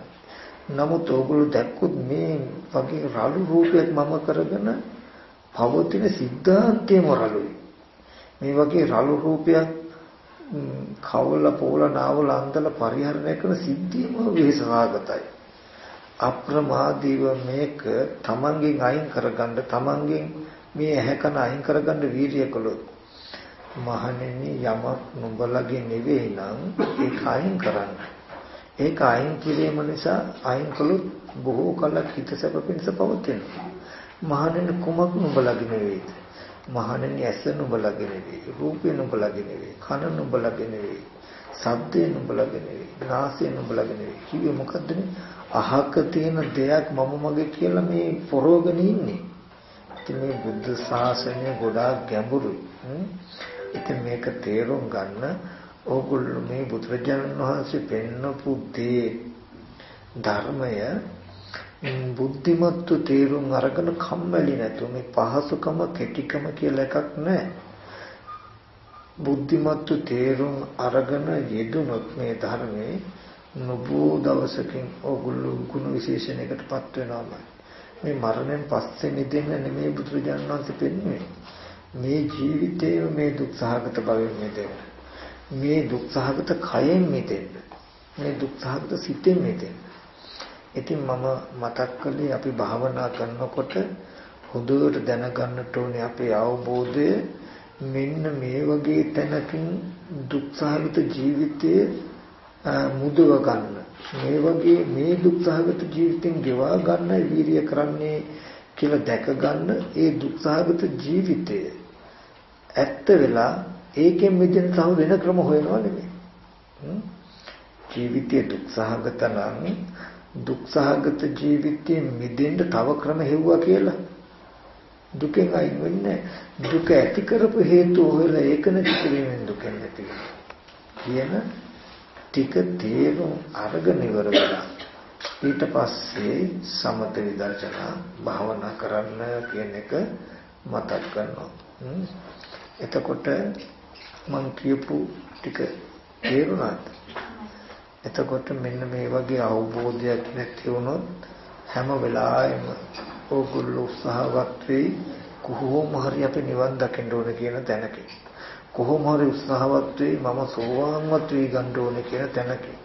කොහොම හරි උත්සාහවත් වෙයි මම කොහොම හරි ධ්‍යානයක් ලබා ගන්න ඕනේ කියන තැනක. එහෙමනේ අපි කරන්නේ නේ. නමුත් මේ ධර්මයේ තේරෙන කෙනා කොහොම හරි නිවන් දකින්න කොහොම හරි සෝවාන් වෙන්න කොහොම හරි ධ්‍යානයක් ලබන උත්සාහවත් වෙන්නේ මොකද? කොහොම හරි බෑ කියලා දන්නවා. එයා දන්නවා මේ දුක එන ධර්මතාවයේ මිදීමම නිවන. මේ දුකෙන් මිදිලම ධ්‍යානයකටපත් වෙන්න පුළුවන්. මේ දුකෙන් මිදෙන සිද්ධාන්තය හඳුනා ගැනීමම දික්ටි සම්පන්නයි සෝවාන් කියලා එයා හඳුනනවා. තව මේ දුකෙන් දුක්සහගත මම දුකෙන් මිදෙනවා නිවනට ගියෝ. දැන් මේ දුක තියෙනවා ඇත්ත මම ඉන්නවා. කොහොමද නිවනට යගත්තු? හරියට මෙතන ඉඳලා හැබැයි තව තැනක් තියෙනවා වගේ. නැත්තම් ධ්‍යානයකටපත් වෙ ගත්තොත් සෝවාන් තැනකටපත් වුණා. හරි කියන තැනක. නමුත් හඳුනා ගන්න ධර්මය කියන එක එහෙම දුක තියෙද්දි පලා ගිහිල්ලා හැංගිලා ඉන්න නිවන කියලා එකක් ධ්‍යානය කියලා එකක් කොහෙවත් තියෙනව නෙවෙයි. තමන් ඉන්න මේ දුකෙන් මිදෙනකොට හම්බ වෙන තත්ත්වයන් ගැනයි ඔය නම් කරලා තියෙන්නේ. ඒක දුක කියන එක තියනකන් නොලැබෙන නූපදින දුක කියන එක තියනකන් නූපදින දෙයක් දුක්ඛ නිරෝධය. දුක්ඛ සත්‍යය තියෙන තාක් නූපදින දෙයක් නිරෝධ සත්‍යය. එහෙම නැතුව දුක්ඛ සත්‍යය තියෙනවා. අපි කොහොම හරි නිරෝධ සත්‍යයට පැන ගන්න ඕනේ, නිවන අරමුණු කර ගන්න ඕනේ වගේ තැනකින් දකින්න එපා. ඒකයි මේ තියෙන ප්‍රශ්නේ. ගොඩාක් දෙනෙකුට රැවටෙන්න පුළුවන්, රවට්ටන්න පුළුවන් ඔය හින්දායි. මොකද දැන් ඔය පෙන්වන්නේ රූපය අනිත්‍ය දුකයි අනාත්මයි, නිවන නිට්ටය සපයි ආත්මයි කියලා.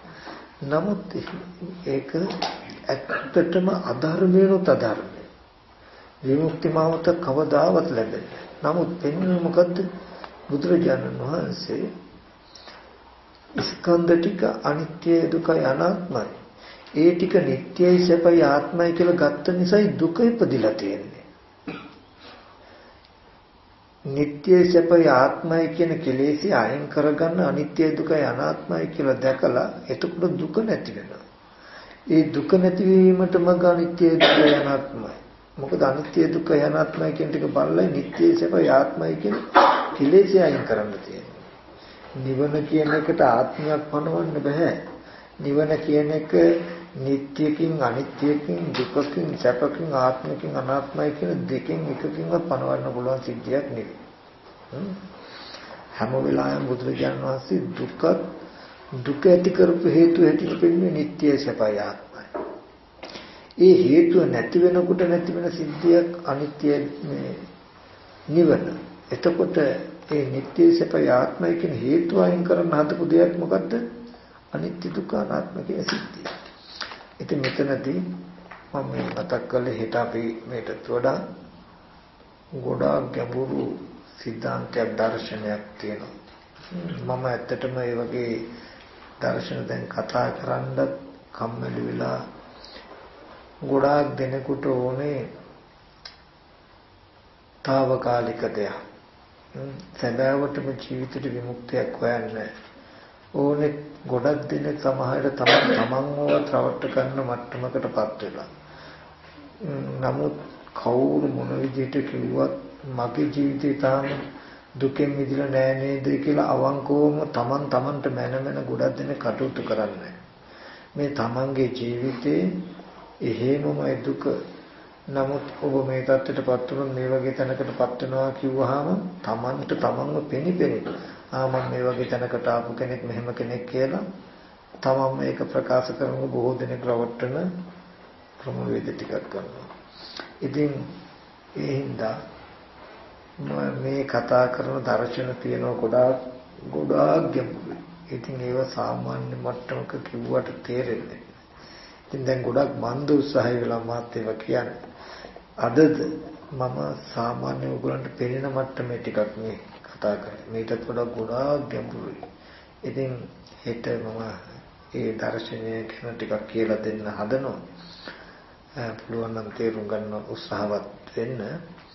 නමුත් බුද්ධ ශාසනය කියලා කියන්නේ ඇත්තටම පින්වත්නි ගොඩක් ගැඹුරු.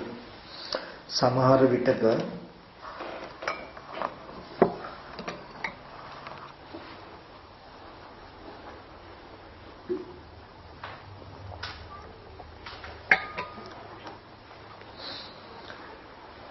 චතුරාර්ය සත්‍ය දකින්න හේතු සම්පත්තියන නැත්නම් නිවන් දකින්න හේතු සම්පත්තියන එක්කෙනෙක් හොයාගෙන භාග්‍යවතුන් වහන්සේ යුදුන් සිය ගණන් වඩිනවා. මොකද තථාගතයන් වහන්සේ මිනිස්යන්ගේ මූණ බලලාද සලකන්නේ? තව කෙනෙකුට බණ කියන තව කෙනෙකුට බණ කියන්නේ නැද්ද? නමුත් තථාගතයන් වහන්සේ සම්සීල සත්‍යයන් කෙරෙහි සමසිත ඇති කරුණාවෙන් යුක්තයි. නමුත් මේ ධර්මයේ ග්‍රහණය කරගන්න හේතු සම්පත් තියෙන කෙනාට කල්ැතු අනුතහ දක්වනවා. එතකොට ඇහෙන පමණක මුදවට යම කියනකොට ඕගොල්ලෝ හිතන්නේ දැන් වර්තමානයේ නොයෙක් දේශනා තියෙනවා. මොකද්ද?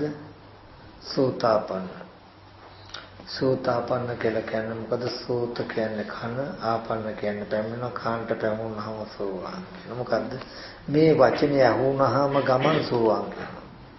මේ ඒව නිවැරදි නෑ, මේ වැරදි. දොස් නමුත් ඕගොල්ලෝ හිතන්නේ නෑ. ඕගොල්ලෝ ඉගෙන ගන්නෙත් නෑ. මේ පෙන්වන වචනේ ඇත්තට මෙහෙමද කියලා හිතන්නේ. සෝතාපන්න. සෝත කියන්නේ කන, ආපන්න කියන්නේ පැමුණා, සෝතාපන්න කියන්නේ කනට පැමිණීම. අහන සද්දේ කනට පැමුණුණු පමණකින් සෝවාන් කියලා කියනවා. අද ඒ හින්දා ඒ වගේ තැන් වලට එන්න ඔබ බණ අහන්න විතරයි තියෙන සෝවාන් වෙනවා කිව්වම හැමෝම දුවනවා දාස් ගන්න. නමුත් සහේතුකද කියලා බලන්න. එහෙනම් බුදුරජාණන් වහන්සේ ওই ටික කලමනේ කරන්න එක්කෙනෙක් හොයාගෙන 70000 ගණනට යන්න ඕනේද? ඒ භාග්‍යතුන් වහන්සේගේ වචනයේ කනට පැමිණි පමණකින්ම සෝවාන් නම් ලෝකේ මෙහා කරන ඉඳන් මෙහා කරවලටම තථාගතයන් වහන්සේ දේශනා කරගෙන යන්නේ එකනේ තියෙන්නේ. ඒක ඔක්කොම ගොඩනේ. සමහර විට ධර්ම දේශනා කරද්දී දේශනා කරන්නේ නැතුව නතර වෙලා ඉන්නවා කියන ඒ ධර්මය අවබෝධ කරගන්න එන පුද්ගලයා තාම මගේනවා කියලා දැකලා. ඉතින් සෝතාපන්න ඇහෙන පමණකින්ම සෝතාපන්න නම් ඉතින් එන ඔක්කොටම බණ කියන එකනේ තියෙන්නේ. බුදුරජාණන් වහන්සේ දේශනා කළා මහාන් බුද්ධත්වයට පත් වෙනකොට මට හිතුණා මම අවබෝධ කරගත්ත ධර්මයේ ලේසි නෑ. මේක ලෝකෙට කියන්නේ කිව්වොත් වෙහසක් විතරයි. කියලා උත්සාහ වුණාම බ්‍රහ්මයාගේ ආරාධනාවෙන් මේ දේශනා කරන්න පටන් ගත්තා කියනවා. ඒතකොට ලෝකෙ බැලුවලු මේ කියන දේ ගොඩක් දෙනකොට තේරෙන්නේ නැහැ. ඇත්තටම ටිකක් තේරෙන අයත් ඉන්නවා කියලා දැක්කම ඉන්න අය වෙනින් පටන් ගත්තා. එතකොට ඒකෙන් තේරෙනවා මොකද්ද? ඒ වගේ දැන් ඕගොල්ලෝට හොඳට තේරුම් ගන්න පුළුවන්. නුවණක් තියෙනවා නම් නිකන් බොරුවට සද්ධාවෙන් එක එහෙමයි කියලා ඕගොල්ලෝ දුවන්නේ නැතුව වෙනවද නැද්ද කියලා හිතන්න. ඕනේ දේවල් නේ. එතකොට ඇහුණු පමණකින් සෝවාන් වෙනවා නම් එදා එහෙනම් තථාගතයන් වහන්සේ මන් දුස්සහයි වෙන්න දෙයක්වත් නැහැ. මොකද ඔක්කොටම කෙනෙක් විතරයි තියෙන්නේ. ඊගාවට ඔබ කිව්වහම කට්ටිය කියන්නේ එහෙ නැත්නම් මధుරෝ කොඳුරෝ සෝවාන් කියන. ඒකත් කූම් ගාගෙන කනට එනවනේ. ඉතින් ඇහුණු පමණකින් සෝතාපන්නයි නම් මధుරෝ කොඳුරෝ සෝවාන්. නමුත් බලන්න අදක්ෂකම කොච්චරද කියන එක වචනයක් බෙදා දැක්විය යුතු තැන් තියෙනවා. පාලි භාෂාව ගත්තාම සෝත කියන වචනය ගත්තාම කනට සෝත කියනවා. කනට විතරක් නෙමෙයි සෝත කියන වචනේ ධර්මයටත් කියන ධම්මස්සෝත කියලා. ඊට පස්සේ සෝත කියන වචනේ කෙලෙස් වලටත් කියන ක්ලේශස්සෝත කියලා. සෝත සැඩපහර කියලා. එතකොට සෝත කියන වචනය ගත්තාම මේ පෙරපසු වචන දිහා බලලා තමයි අපි එක යොදා ගන්න ඕනේ. භාෂාවක් උනත් ගත්තාම එක සමාන වචන තියෙනවා. දැන් ඉංග්‍රීසියෙන් ගත්තාම අපි කියමු සන් කියන වචනේ ගත්තා. මට තේරෙන්නේ ඊරටත් කියනවා පුතාටත් කියනවා ස්පෙලින් වෙනසම શબ્ද එකයි. නමුත් දැන් මේ කියන්නේ ඉර ගැනද දැන් කියන්නේ පුතා ගැනද කියන එක අපිට තේරුම් ගන්න වෙන්නේ පෙරපසු වචන ටික දිහා බලලා නේද? ඊට පස්සේ පුතා ගැන කී ඉන්නකොට ඉර ගැන වචනයක් කිව්වොත් ඉර ගැන කියනකොට පුතා ගැන කිව්වොත් අහසට පොළොව වගේ. ඒ වගේ සෝත ආපන්න කියලා කියනවා සෝත කියන ඒ වචනේ දැන් නිර්වචන කිරුවේ කන නෙමෙයි. ධර්ම ස්රෝතේ. දහම් සැඩපහර. ධර්ම ස්රෝතේ ධර්මයේ නැමැති සැඩපහරට ස්රෝතේට වැටුණු කෙනා ගහගෙනම යනවා නිවරට නතර වෙන්නේ නැහැ. නියතු සම්බෝධි පරායනෝ. සෝත ආපන්න සෝතාපන්න ධර්ම ස්රෝතයට පැමිණි නිසා සෝතාපන්නයි කියලා කියනවා. කියන තැනකින් ධර්ම විස්තර කරන්න. ඕකට කන ගත්තොත් හරියනවද? නැහැ. මේ දර්ශනයට ආපු කෙනා සම්මාදිටේ යුක්ත කෙනා දහම් නැමැති සැඩපහරට ආව යාව ගහගෙන යනවා නිවරටම. නියතෝ සම්බුද්ධි පරායනෝ ඒ හින්දා යා නියතයි නිවරට. කියන අදහසින් දහම් සැඩපහරට හසු වුණා නතර වෙන්නේ නැහැ සසර තුල නිවනටම නියතයි කියන අදහසින් සෝතාපන්නෝ උච්චති සෝතාපන්නයි කියලා කියනවා. ඒකට සෝත කියන එක කන ආපන්න කියන්නේ පැමුණා සෝතාපන්නයි කියලා පෞද්ගලික අදහසක් දෙනකොට ධර්මයේ දන්නේ ඉගෙනගෙන නැහැ. එහෙනම් අපිත්‍යමු බණ අහන්න කියලා යනවා.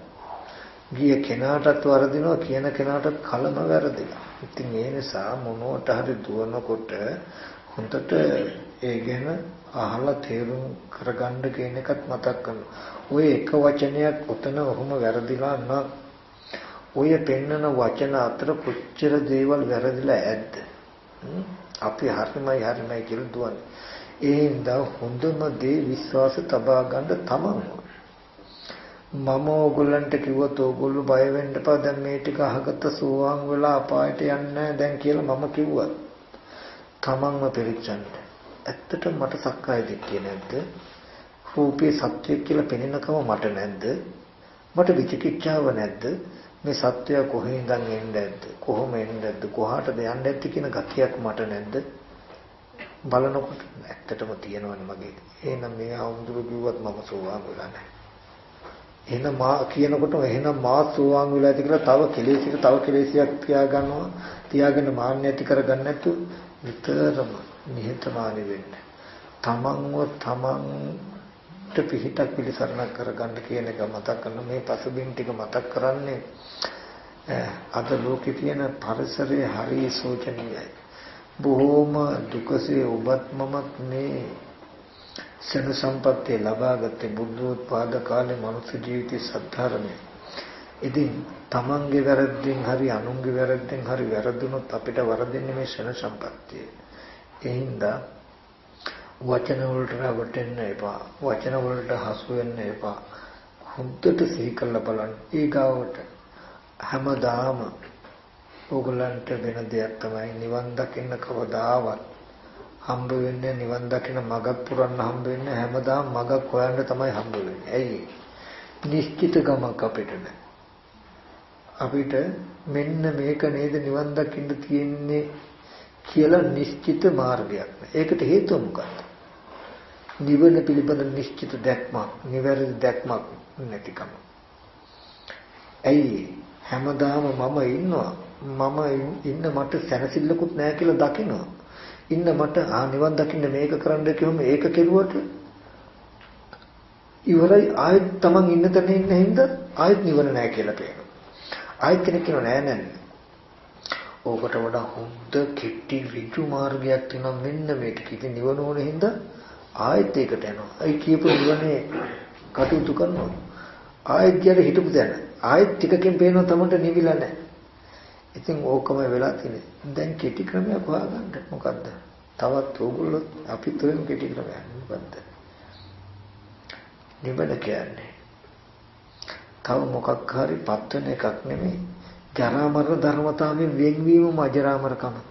මේ දුක්ඛාගත භවයෙන් මිදීමම නිවන කියන තැනකට ඉලක්ක කරගත්තා නම් ඕගොල්ලෝ ටික ටික හොයනවා මගේ ජීවිතේ දැන් දුක ගෙවෙන විදිහට තියෙනවද නැද්ද? තමන්ම තමන්ට මින්ම කරගන්න. ඕගොල්ලෝ කරන චිත්ත භාවනාව වෙන්න පුළුවන්, ප්‍රඥා භාවනාව වෙන්න පුළුවන්. එදිනෙදා ජීවත් වෙන ජීවිතේ දරුවාගේ හොඳ නරකට වෙනදට ආපු පීඩාව එන්නේ නැහැ. මට එතන තියෙන සිද්ධිය ගැන ටිකක් නුවණයි. වෙනදට මහත්යක් නෝන එක්ක මහත්යක් අඬදබර කරන සිද්ධිය ඒ වගේ මම ඇලෙන්නේ ගැටෙන්නේ ඒ සිද්ධිය නුවණ. නිකන් හිතේ සමාධියකට නෙමෙයි. බයිනවා කියන තැනක වෙන්නේ මේ සිද්ධිය නේද? දැනුම් අහන්න කියන්නේ මේක බයිනවා කියන සිද්ධිය මේක නේද? කියන සිද්ධිය දන්නවා. එතකොට අම්මා තාත්තා මැරලා යන දුක වෙනදට වඩා වරුත් දෙන ඇයි? කෙනෙක් මරණයටපත් වෙනවා කියන තැනක තියෙන સિદ્ધාන්තය මේක නේද? කියලා ඕගොල්ලෝ දුක එන ශේස්ත්‍රයම පිරිසිඳ දැකලා ඒක ඇත්ත නොවන කමකට නම් එන්නේ ඔන්න ඕගලන්ට විශ්වාසය තබන්න පුළුවන්. හොඳට මතක තබා ගන්න ගින්න තියෙන තැන නිවෙන්න ඕනේ. ඕගලන්ට දුක එන સિદ્ધාන්තයෙන්ම මිදීම දුකෙන් මිදීම. වෙනදට මේ කය මමම වෙලා මට බොහෝ දේ අවශ්‍යයි. මට බොහෝ රුචි අරුචිකම් මේ කය ගැන තමම වෙච්ච සිද්ධිය ටික ටික හොඳට තේරෙනවා. අනේ මේක රූපෙනේ. මේක සතර මහා ධාතුනේ. මේක කැඩෙන්න බිඳෙන්න පුළුවන් දෙන්නේ. මේ මට මෙහෙමම ඕනේ. මගේ අය මෙහෙමම ඉන්න ඕනේ. මගේ දේවල් අල්ලන්නවත් බෑ කියන තැනකින් තිබුණු ගතියක් හින්දා ඇලුනා නම් ගැටුණා නම් බැඳා නම් ප්‍රශ්න ගැටලු ඇති කරගත්තා. දැන් ඒක ගෙවිලා මොකක් නිසාද?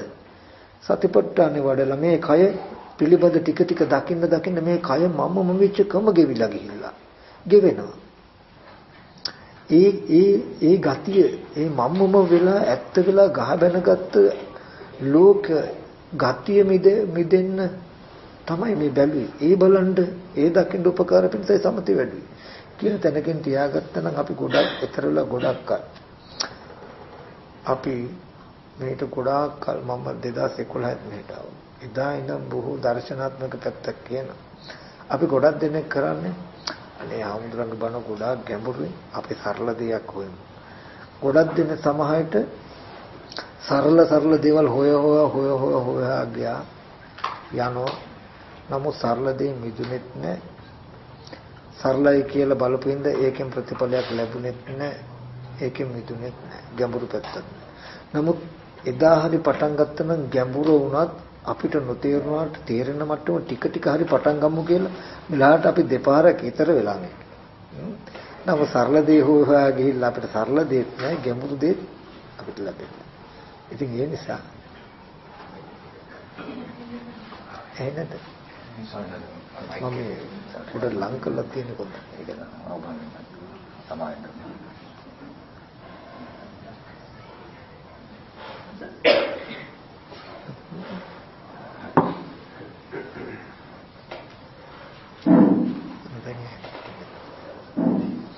එතකොට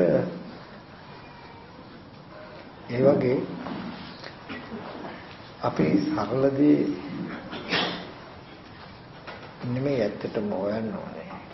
යම ගැඹුරුයි කියලා දැනගත්තාම අපි ඒ ගැඹුරු දේ ලැබීම ගැඹුරු දේ ගවේෂණයට ආරම්භ කරගත යුතු නිසා ගැඹුරුයි කියලා ඉවත් වීම නෙමෙයි කරන්නේ. අද දවසේදී හරි අපි ගැඹුරු මට්ටමට යන අපේ නුවණ අපි අවදි නොකළොත් ලෝතර බුදුරජාණන් වහන්සේ නමක් පහළ වෙන ශාසනයක අනේ ධර්මය අපිට තේරෙන්නේ නැහැ කියලා අපි සැහැල්ලු නිකන් රසකට යයි අනිවාර්යයි. මොකද අපි හුරුකල ඒක නිසා. නමුත් අද අපිට අනේ අපිට තේරෙන්නේ ගැඹුරු දේ තේරෙන මට්ටමට ගන්න කොහොමද කියලා උත්සාහවත් වෙනවා. ඔබට අද කියන දේ තේරෙන මට්ටමක තිබුණා නම් ගැඹුරක් නොතිබුණා නම් සීල සමාධි දෙකක් ඕනේ. සීල සමාධිය ඕනේ නැහැ. ලෝකයට කතා කරන්නේ සරල මට්ටමක තේරෙන මට්ටමක තියෙනවා නම් මේ ශාසනයේ ප්‍රතිපදාවක් ඕනේ. අහපු ගමන් ඉවරයි. දැනගත්ත ගමන් ඉවරයි. නමුත් අහපු දේ තේරෙන්නේ ඒක ගැඹුරයි ග්‍රහණය කරගන්න බැහැ. ඊට පස්සේ තමයි ප්‍රතිපදාවක් තියෙන්නේ. ඒක පෙනෙන තැනට තේරෙන තැනට ග්‍රහණය කරගන්න පුළුවන් තැනට යන්න සීලයක පිළිපදලා චිත්ත සමුදය උදව් කරගෙන මේ වගේ උපාය කළා තමයි ඔබට මේක තේරෙන මට්ටමට ගන්න වෙන්නේ. අපි මෝඩ මනසට සීම අපහසුවක් නැතුව තේරෙනවා නම් ඒ දර්ශනයක් මෝඩයි. එතකොට මෝඩ දර්ශනයකින් නිවන් දකින්න බෑ. එහෙනම් දැන් අද අපි කතා කරමු දෙකේදී භාවනාව ක්‍රම දෙකක් තියෙනවා. චිත්ත භාවනා, ප්‍රඥා භාවනා, නැත්නම් සමථ විදර්ශනා.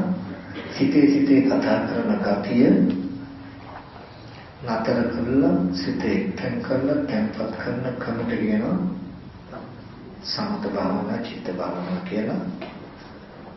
ඒ තැන්පත් කරගත්ත මනසකින් එකඟ කරගත්ත සිතකින් යුක්තව ඇත්ත ඇති හැටි දකින්න මට්ටමට ඇත්ත ඇති බලන්න හිත මෙහෙවන එකට කියනවා පඤ්ඤා භාවනා විදර්ශනා කියලා. මේ දෙකම කරන්නේ මොකටද? දුක ඇතිකලේ නන්දි රාගය නැත්තම් තණ්හාව කියන කෙලෙස්ය නිසයි. ඒ කෙලෙස්යකින් ඔබව නිර්මාණය කළා, මාව නිර්මාණය කළා. ඔබෙත් මගේත් ලෝකය හදලා මේ මාව කළා, මේ මගේ අම්මා තාත්තා කළා. මම ලෙඩ වෙලා මහලු වෙලා මැරලා ඉන්න දුකත් අම්මා තාත්තලා සහෝදර නැතිවෙන් පිය විප්‍රයෝග දුක්ඛය, අපේ සංපයෝග දුක්ඛය කියන මේ දුක් ටික ලබා දුන්නා. මේ දුකට හේතු ටික මේ කය උරුම කළා, මම මගේ කියලා උරුම කළා දුන්නු. මේ කය මගේ දුව පුතා කියලා උරුම කළා දුන්නු කෙලෙසෙනුයි කළේ. කියන එක පෙන්නලා මේ කය මම මගේ කියලා උරුම කරපු කෙලෙසය. මේ රූප ටික මගේ දුව පුතා කියලා උරුම කළා දුන්නු කෙලෙස් ටික. අතහැරනකොට මේ දුක නැති වෙනවා. අමුතුවෙන් වෙහෙසක් ගන්න ඕනේ වයින් කරන්න. සමාධිට්ඨි. ඒකට ඔබටත් මටත් කරන්න තියෙනවා. දුකවත් දුක ඇති වෙන කෙලෙසියටවත් නෙමෙයි අමුතුවෙන් වැඩ. හැම වෙලාවෙම සමාධිට්ඨි ඇත්ත බලනවා. Taman කියපු රූපයත් දුව දරුවා ඥාති හිතයිසින් කියලා හම්බ වෙන තැනක තියෙන රූපයත් ඇත්ත ඇති හැටි පෙනෙනවා.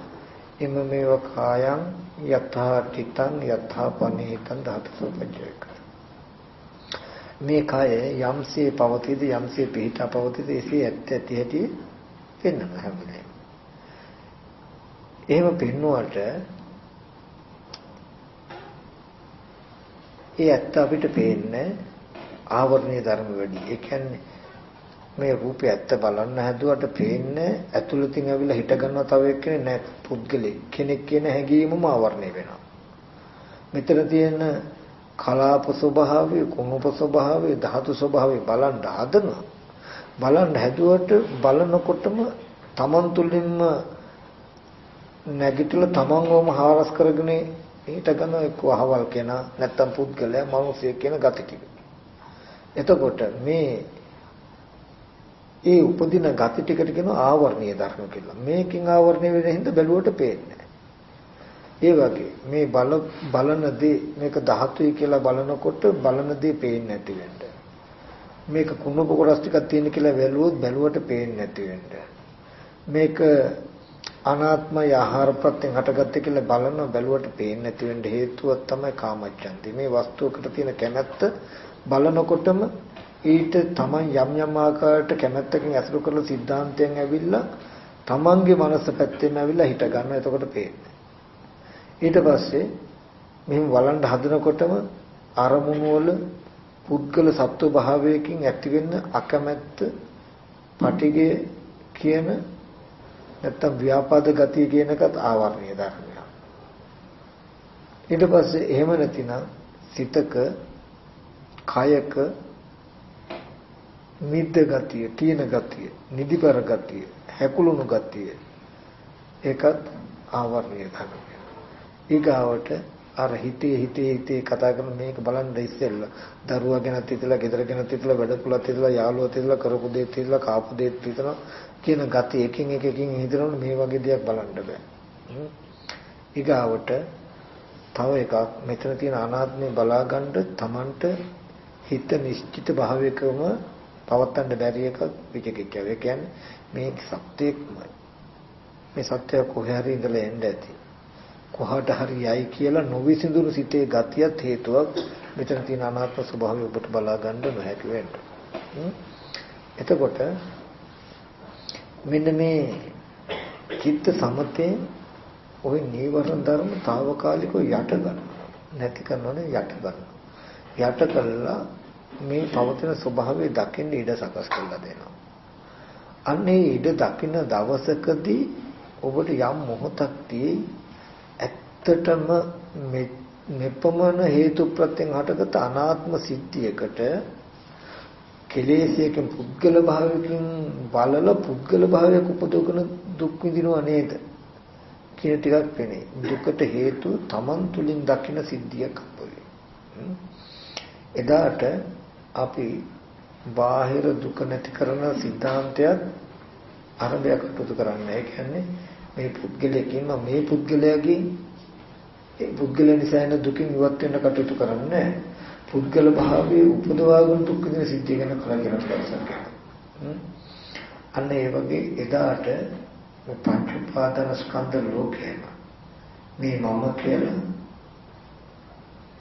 අනිත් පුද්ගලයෝ දේවල් කියලා අද අපි සැප දුක් විඳින ලෝකේම හටගත්ත හේතු එකකට දවසක් එනවා. අන්නේ හේතුෙ මිදෙන්න විරවිලිය කරනවා දැකීමෙන් යුක්තව. ඉතින් ඒ දුකට හේතු නැතිනම් දුක නැති වෙනවා කියලා දහම් පරිශ්‍රණය කරන නිසායි ඒකට කළ යුතු වැඩ පිළිවෙල තමයි මොකද්ද? මේ චිත්ත භාවනා, පඤ්ඤා භාවනා කියන දෙක. එතකොට ඒ ටිකෙන් හැදෙන්නේ සමථ විදර්ශනා කරනකොට ඔබත්මත් නිවන් දකිනවා, ධ්‍යානයකටපත් වෙනවා, සෝවාන් වෙනවා කියලා වෙන එකක් ගන්න. ඒක කරනකොට මේ කය මම හැටියට පෙනෙන සිද්ධියෙන් මිදෙනවා. මේ වගේ දුව පුතා කියන පෙනෙන සිද්ධියෙන් මේක ගොඩාක් වටිනවා. රත්තරන්මයි රිදීමයි කියලා වටිනාකම පෙන්වන කමෙන් මිදෙනවා ඔයගොල්ලන්ගේ මනස. එතකොට පරගඩිය පහරට පයින්නවා වගේ මේව බදාගෙන ඉන්න උපාදාන නිරෝධ. තණ්හා නිරෝධ, උපාදාන නිරෝධ. ඒ වටිනාකම ගෙවුනහම මේ බදාගෙන ඉන්න ගතිය ඉබේම යටහැරෙන්නේ. නමුත් මේ මගේ දුව පුතා රත්තරන් රිදී මුතු මැණික් කියලා බදාගෙන ඉන්න කම කවදාවත් ඔයගොල්ලන්ගෙන් අතහැරෙන්නේ තණ්හාව දුරුවන්නේ. උපාදාන සහිත නිසාම උපාදාන ස්කන්ධයෙන් දුක් විඳින්න වෙනවා. උපාදාන සහිත නිසාම නැවත ප්‍රතිසන්දි වශයෙන් තියන්න වෙනවා. ඒ හින්දාම ජරා මරණ දුක යුක්තයි. ඉතින් ඕගොල්ලෝ දන්නවා උපාදානය කියන එක බතාගෙන ඉන්නකම අත්හැරෙන තණ්හාව නැති වෙනවා. මේ වටිනාකම දැනුම් නොදැනුම අපි කියමු ඩොලර් 100ක් තියෙනවා දැන් කොපාට අපි ගන්න. එයි ඒක වටිනාකම දැනෙනවා අපිට. වටිනාකම දැනෙනකම් මේක උපාදාන කරගෙන ඇසුරු කරගෙන ඉන්නවා කියන එක නවත්තන්න බෑ. රහතන් වහන්සේ නමක් ඒක දැක්කට වටිනාකම තමයි යෙදෙන්නේ නැහැ. හිතලා කරනවා නෙමෙයි යෙදෙන්නේම නැහැ. ඒ හින්දා ඒක නොගෙන ගියා කියලා අපහසුාවක්වත් හදිසියෙ ගත්තා කියලා පහසුාවක්වත් දැනෙන්නේ නැහැ ඒ ජීවිතේට. ඒක තමන් විසින් තව කෙනෙක් ගත්තා කියලා දුක හිතෙන්නේ නැහැ. ගත්ත කෙනාගේ මුදුරල ගන්න කියලා හැඟීමක් එහෙම අරගෙන පරිහරණය කරන මේ කෝල් කඩදාසි වලට කමක් කරන්නේ. එහෙම නැති උනේ මෙතනත් නැති නෙමෙයි තමන් නැති හින්දා. මේ කය තමන් කියලා පියු නැති හින්දා. එතකොට මේ දුක්ඛ සිද්ධිය මෙදීම නිවන. ඒ සඳහා යටි භාවනා කරන්නේ. එහෙම නැතු මේ භාවනා කරගෙන යනකොට ඉස්තනකට වැටි ආසෝවන් ඉස්තනකට වැටි ආන්දයන්ය යනකොට නිවනට වැටි අන්න නිවන නෙමෙයි. ඒවා මනෝමය සංකල්ප සිද්ධාන්තය. එහෙම නිවනක් ලැබුණා ධ්‍යානයක් ලැබුණා මාර්ගඵලයක් ලැබුණත් වැඩක් නැහැ. මොකද ආයි මේ කය ඇත්ත වෙලා නම් නමුත් නිවන කියන සැබෑ අර්ථයක් වචනයක් නෙවෙයි අර්ථයක්. නිවන අර්ථයක්. මාර්ගඵලය කියන එක ජීවිතයට වෙච්ච අර්ථයක්. ධ්‍යානය කියන එක අර්ථයක්. සිද්ධාන්තයක් නෙවෙයි මනෝමය දෙයක් නෙවෙයි. ජීවිතය තුළින් ගොඩනැගිච්ච විද්‍යමාන වන අර්ථයක්. ධ්‍යානලාභී කෙනෙක් කියන්නේ ඔබ ඇලිලා නැහැ බැඳිලා නැහැ සාමාන්‍ය ලෝකයා වගේ මිදිලා ඉමත් නැහැ. දිට්ඨි සම්පන්නයි. ඔබ මේ දුක ආත්ම කරගෙන ඉන්න සිද්ධිය වැරදි බව දැකලා දුකෙන් මිදෙන ඥාන දර්ශනයක් තියෙනවා. මේ දුක ඇති වෙන්නේ මෙහෙම. මේ හේතු නැතුව දුක නැතිව මම නිතරම මේ දුක නැති වෙන විදිහට මේ කය පරිහරණය කරනවා මේ නෝනේ මේ සීයේ කියන තැනකට ආපහු නිවැරදිව ඔබ කයේ වාසයට පැමිණලා නිවැරදි දර්ශනය කරනවා. අද දුක්ඛේ අඥාන දුක්ඛ සමුදය නිරෝධේ මාර්ගය අඥාන නිසා ඔබ මේ කයේ පැමිණියේ කයේ වාසයට පැමිණලා ආත්මව මිච්ඡා ප්‍රතිපදාවට. ඔබ දිට්ඨි සම්පන්නයි කියලා කියන්නේ මේ කයේ වාසයට පැමිණුණා සමාධිත්‍යව සමාප්තිපදාවට. ඒ නිසා අපි ආපහු ටිකක් භාවනා කරමු. හුරු වෙන්න. හැබැයි මේ භාවනාව මේ ප්‍රයත්නය පන්සලේ විතරක් නෙවෙයි. ඔගොල්ලෝ මේ පුරුදු වෙනකොට මේ පුරුදු වෙන ක්‍රමය ගෙදර දොරේදී අභ්‍යාස කටයුතු වැඩ කටයුතු කරද්දී වැඩට යද්දී වාහනේ පදවද්දී මේ හැම වෙලාවකම ටික හුරු කරන්න ඕනේ. ඒ හුරු කරන තමයි ඔයගොල්ලෝ මේ ජීවිතය හැදෙන්නේ. අර දැන් හොඳට මතක තබා ගන්න මොකද්ද? ජරා මරණ සංඛ්‍යාත මම අජරා නිවනටපත් වෙන්න හදනව නෙමෙයි. ජරා මරණ සංඛ්‍යාත මේ භවෙන් නිදහස් වීම ජරා මරණ. එච්චර. මේ තමන් පෙනෙනවා මේ මම පෙනෙනවා මම ලෙඩ වෙන මහලු වෙන මරණයටපත් වෙනකම ජරා මරණයි. මෙහෙම පෙනෙන මේ සිද්ධියෙන් ගැලවීම විරුද්ධයි. ඒ මම නිවන් දකින්නේ. දැන් අපි එන්නේ අපෝ දිනපසක් විලාවල් කිව්ටි තේපාලිය මෙහෙම අපරාධ කරමු අපිට පුළුවන් අපි මේ පැය භාගයේ මොගලන්ට විදර්ශනා කරන්න හැටි පොඩ්ඩක් කියලා දෙන්න. පොඩ්ඩක් ඉගෙනගන්න දැන්. එන පොඩ්ඩක් ඉගෙනගන්න. හැබැයි දෙක වෙලා.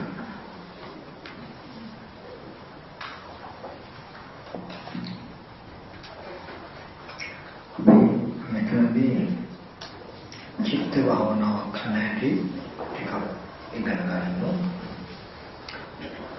චිත්ත භාවනා නැත්නම් සමත භාවනා ගත්තාම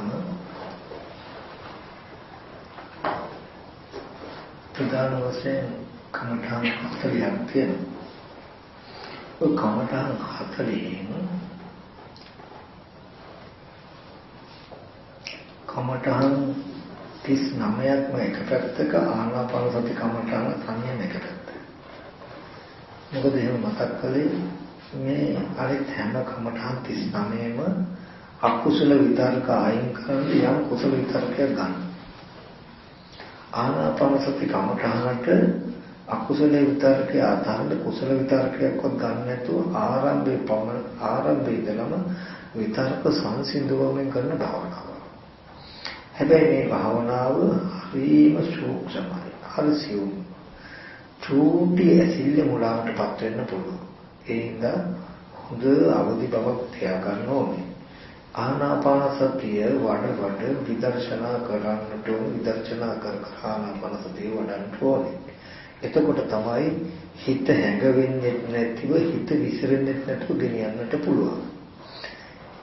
එකම කමඨහන දිගටම වැඩුවොත් හිත හැඟවෙනවා. හැඟවෙනවා කියලා කියන්නේ ආනාපාන සතිය වඩන ඕගලන්ට ඉඳ ගිහිල්ලත් නැහැ. නමුත් නොතේරෙන නොදන්න තැනකටපත් වෙනවා. ඉතින් අපි සමහරට ගොඩක් දෙනෙක් මේ කරුණ ගන්න නැත්නම් හිතන්නේ හොඳ ධ්‍යානයක් වගේ තැනකට ගිහිල්ලා කියලා. නමුත් මේකට බුදුහාමුදුරුවෝ කියන්නේ චිත්තනිලියත හිත හැඟවෙනවා. එයා දන්නවා තමන්ට නින්ද ගිහිල්ලත් නැහැ. හැබැයි මොකද දන්නේ නැහැ. බොහෝ භාවයි. අවදිනකොට මොකද සෑහලුවකයි මතක නැහැ. නමුත් ඒ වගේ වෙලාවකදී කෙලෙස් නැහැ. සම්මෝහ බව තියෙනවා. මුලා බව තියෙනවා ඒකේ. අවිද්‍යානුශේ තියෙනවා.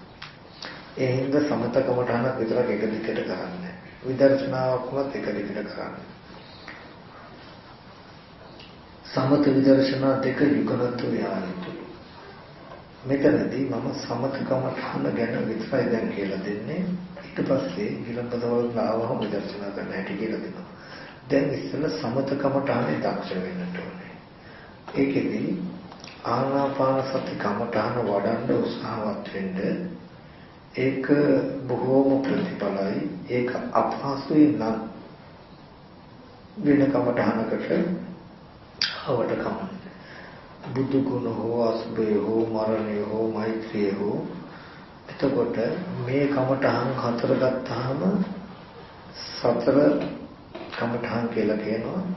මේ හතරත් ඕනම කෙනෙකුට පොදු කමටහන් හතරක්. මේ කමටහන් හතරත් බුදු ගුණ අසුභය මරණය මෛත්‍රිය කියන මේ කමඨං හතරක් ඕනම කෙනෙකුට භාවිතා කරන්න පුළුවන්. චරිත වශයෙන් ගත්තාම ඕනම චරිතයකට ගැළපෙන සුදුසු කමඨං හතරක්. ආනාපාන සතියේ දැරිනා මේ කමඨං හතරෙන් එකක් වඩන. ආනාපාන සතිය වැඩුවොත් මේ කමඨං හතරෙන් එකක් වැඩුවා. වඩන්න ඉස්සර වෙලා අවශ්‍යයි මොකද්ද? පරිමුඛං සතින් උපට්ඨපෙත්වා කියන තැන. තමන්ගේ සිහිය පරිමුඛං කියන්නේ නාසයේ කෙළවර හෝ තුන් දෙක ළඟ තබාගෙන සිහිය පෙරටුව ලෑස්ති වෙන එක අවශ්‍යමයි ඉස්සෙල්ලා. ඒක පරිමුඛං සතින් උපට්ඨපෙත්වා කියන ටික තියෙන්නේ ආනාපාන සතියේ විතරක් එහෙම නෙමෙයි. අපි කොහොමද ඉස්සෙල්ලා පරිමුඛං සතිය උපට්ඨපෙත හැම භාවනාවකටම ඉස්සෙල්ලා අවශ්‍යමයි ඒක. පරිමුඛං කියලා කියන්නේ කතම් පරිමුඛං නාසිකග්ගේවා මුඛනිමිත්තේ. නාසයේ කෙළවර හෝ පුල් දෙක තියෙන තැන දැනුණු සහගත බවක හිත තියාගෙන ඉන්න එකට කියනවා පරිමුඛං සතිය උපට්ඨපෙත්වා කියලා. සිහිය පෙරටුවකට ඉන්න එකට. ඒක තේරෙන්නේ නැත්නම් ඔබට පුළුවන් මෙහෙම කරන්න. එතන නාසිකග්ගේවා මුඛ නිමිත්තේ කියලා කියන්නේ මේ දෙකටම හිත යොමු කොට යුතුයි කියන හින්දා නෙමෙයි. එක එක්කෙනාගේ දේහ ලක්ෂණ මත සමහර කෙනෙකුට නාසය ප්‍රකටයි, සමහර කෙනෙකුට තොල් දෙක ප්‍රකටයි. තම තමන්ට පැහැදිලි කෙනා ආසය හෝ තොල් දෙක කියන දෙකෙන් එකක් සෝදගත යුතුයි. ඒකදී මුලින්ම කරන්න ඕනේ අපි දැන් අපිට පුළුවන් හිත යොමු කරලා මෙතනින් ස්වාමීන් වහන්සේ වැඩ ඉන්න ආවාසයකට හිත යොමු කරන්න පුළුවන්. නැත්නම් තමන් ආපු වාහනයට වාහනයට හිත යොමු කරන්න පුළුවන්. අන්න ඒ වගේ ඇස් දෙක වහගෙන හිත යොමු කරන්න තමන්ගේ නාසයට හෝ තොල් දෙකට. දැන් නාසය ඇති බව හෝ තොල් දෙක ඇති බව දැනෙනවා. ඒ දැනුම් සහිත බවකම ඉන්න එකට කියනවා සති නිමිති ඉන්නවා කියලා. ඒක තව තමන්ට තේරුම් ගන්න අපහැදිලි නම් අප්‍රකට නම් නාසයට හරි හිතෙන් බලන්න නාසයයි තොල් දෙකයි ඉස්සෙල්ලා තමන්ට හොඳට හිතට තේරෙන්නේ පෙනෙන්නේ නාසයද තොල් දෙකද කියලා බලන්න. නාසය නම් පෙනෙන්නේ තමන්ට ගැලපෙන නාසය. තොල් දෙක නම් පෙනෙන්නේ තමන්ට ගැලපෙන තොල් දෙක. ඊට පස්සේ ඕනනම් ඒ තොල් දෙක ගාව ඇඟිල්ල තියාගන්න. නැත්නම් නාසය ගාව ඇඟිල්ල තියාගන්න. නාසය හැපෙන ගතිය තේරෙනවා ඇඟිල්ලට. තොල් දෙකේ හැපෙන ගතිය තේරෙනවා. දැන් ඇඟිල්ල තොල් දෙකේ හැපුණු තැනට හිත යොමු කළා. හිත එතනම තියෙද්දි ඇඟිල්ල අහපව ගන්න. තොල් දෙකට ඇඟිල්ල තිබ්බා ස්පර්ශ වෙනවා. හිත දැන් මේ ස්පර්ශ වෙන ගතිය දැනෙනවා. ඒ දැනුම් සහිත බවකම හිත යොමු කළා තොල් දෙක අහකට ගන්න. නෑ ඇඟිල්ල අහකට ගන්න. අන්න දැන් තොල් දෙක හිතට දැනෙන මට්ටමක හසු වෙලා තියෙනවා. ඔකට කියනවා සත්‍ය නිමිත්තේ හිත තියාගෙන ඉන්නවා කියනවා. මෙන්න මෙහෙම ඉඳගෙන හුස්ම ඉහළ ගන්න බව පහළ ගන්න බව දැනුම් සහිතව ඉන්නවා. ඉහළ හෙලනවා පහළ හෙලනවා කියලා හිතන්නේ නැහැ. ආස්වාස වෙන බව ප්‍රස්වාස වෙන බව දන්නවා සති නිමිත්තේ ඉඳගෙන. අමතක වෙලා යන්න පුළුවන් ආයෙත් මතක් කරලා ගන්න. ওই විදිහට ආනාපාන සති භාවනාව කරන්ඩ එහෙම නැති වුණොත් අනිත් කෙනෙකුට ওই විදිහට තොල් දෙකේ හිත තබාගෙන සීල සත්‍ය නිදුක්කත්වා නිරෝගීත්වා සෝපත්ත්වා කියලා මේ සිත වඩන්න පුළුවන්. ඒක කෙටි ක්‍රමයක් ගන්නවා. පොළොවේ වසන සීල සත්‍ය නිදුක්කත්වා නිරෝගීත්වා සෝපත්ත්වා ජලයේ යහසේ වසන සීල සත්‍ය කියලා ඒ වගේ කෙටි ක්‍රමයකින් වෙන කමටහනක් හොගන්න. සත්‍ය නිමිත්තෙම හිත තියාගෙන ආනාපාන සතිය හෝ නැත්තම් මෙනෙහි කරන බුදු ගුණ අසුභේ මරණය මෛත්‍රී කියන කමඨාන් හතරෙන් දන්න පවණකින් එක ධර්මතාවයක් මෙනෙහි කරන්ඩ වෙන බාහිර කිසිම දෙයක් සිහි කරලා ඇත්ත කරගෙන සිතින් කියින් වලට ඉඳ තියන්න එපා. ඒ විදිහට ආනාපාන සතිය හෝ වෙන කුසල මනසිකාරයක ඉන්න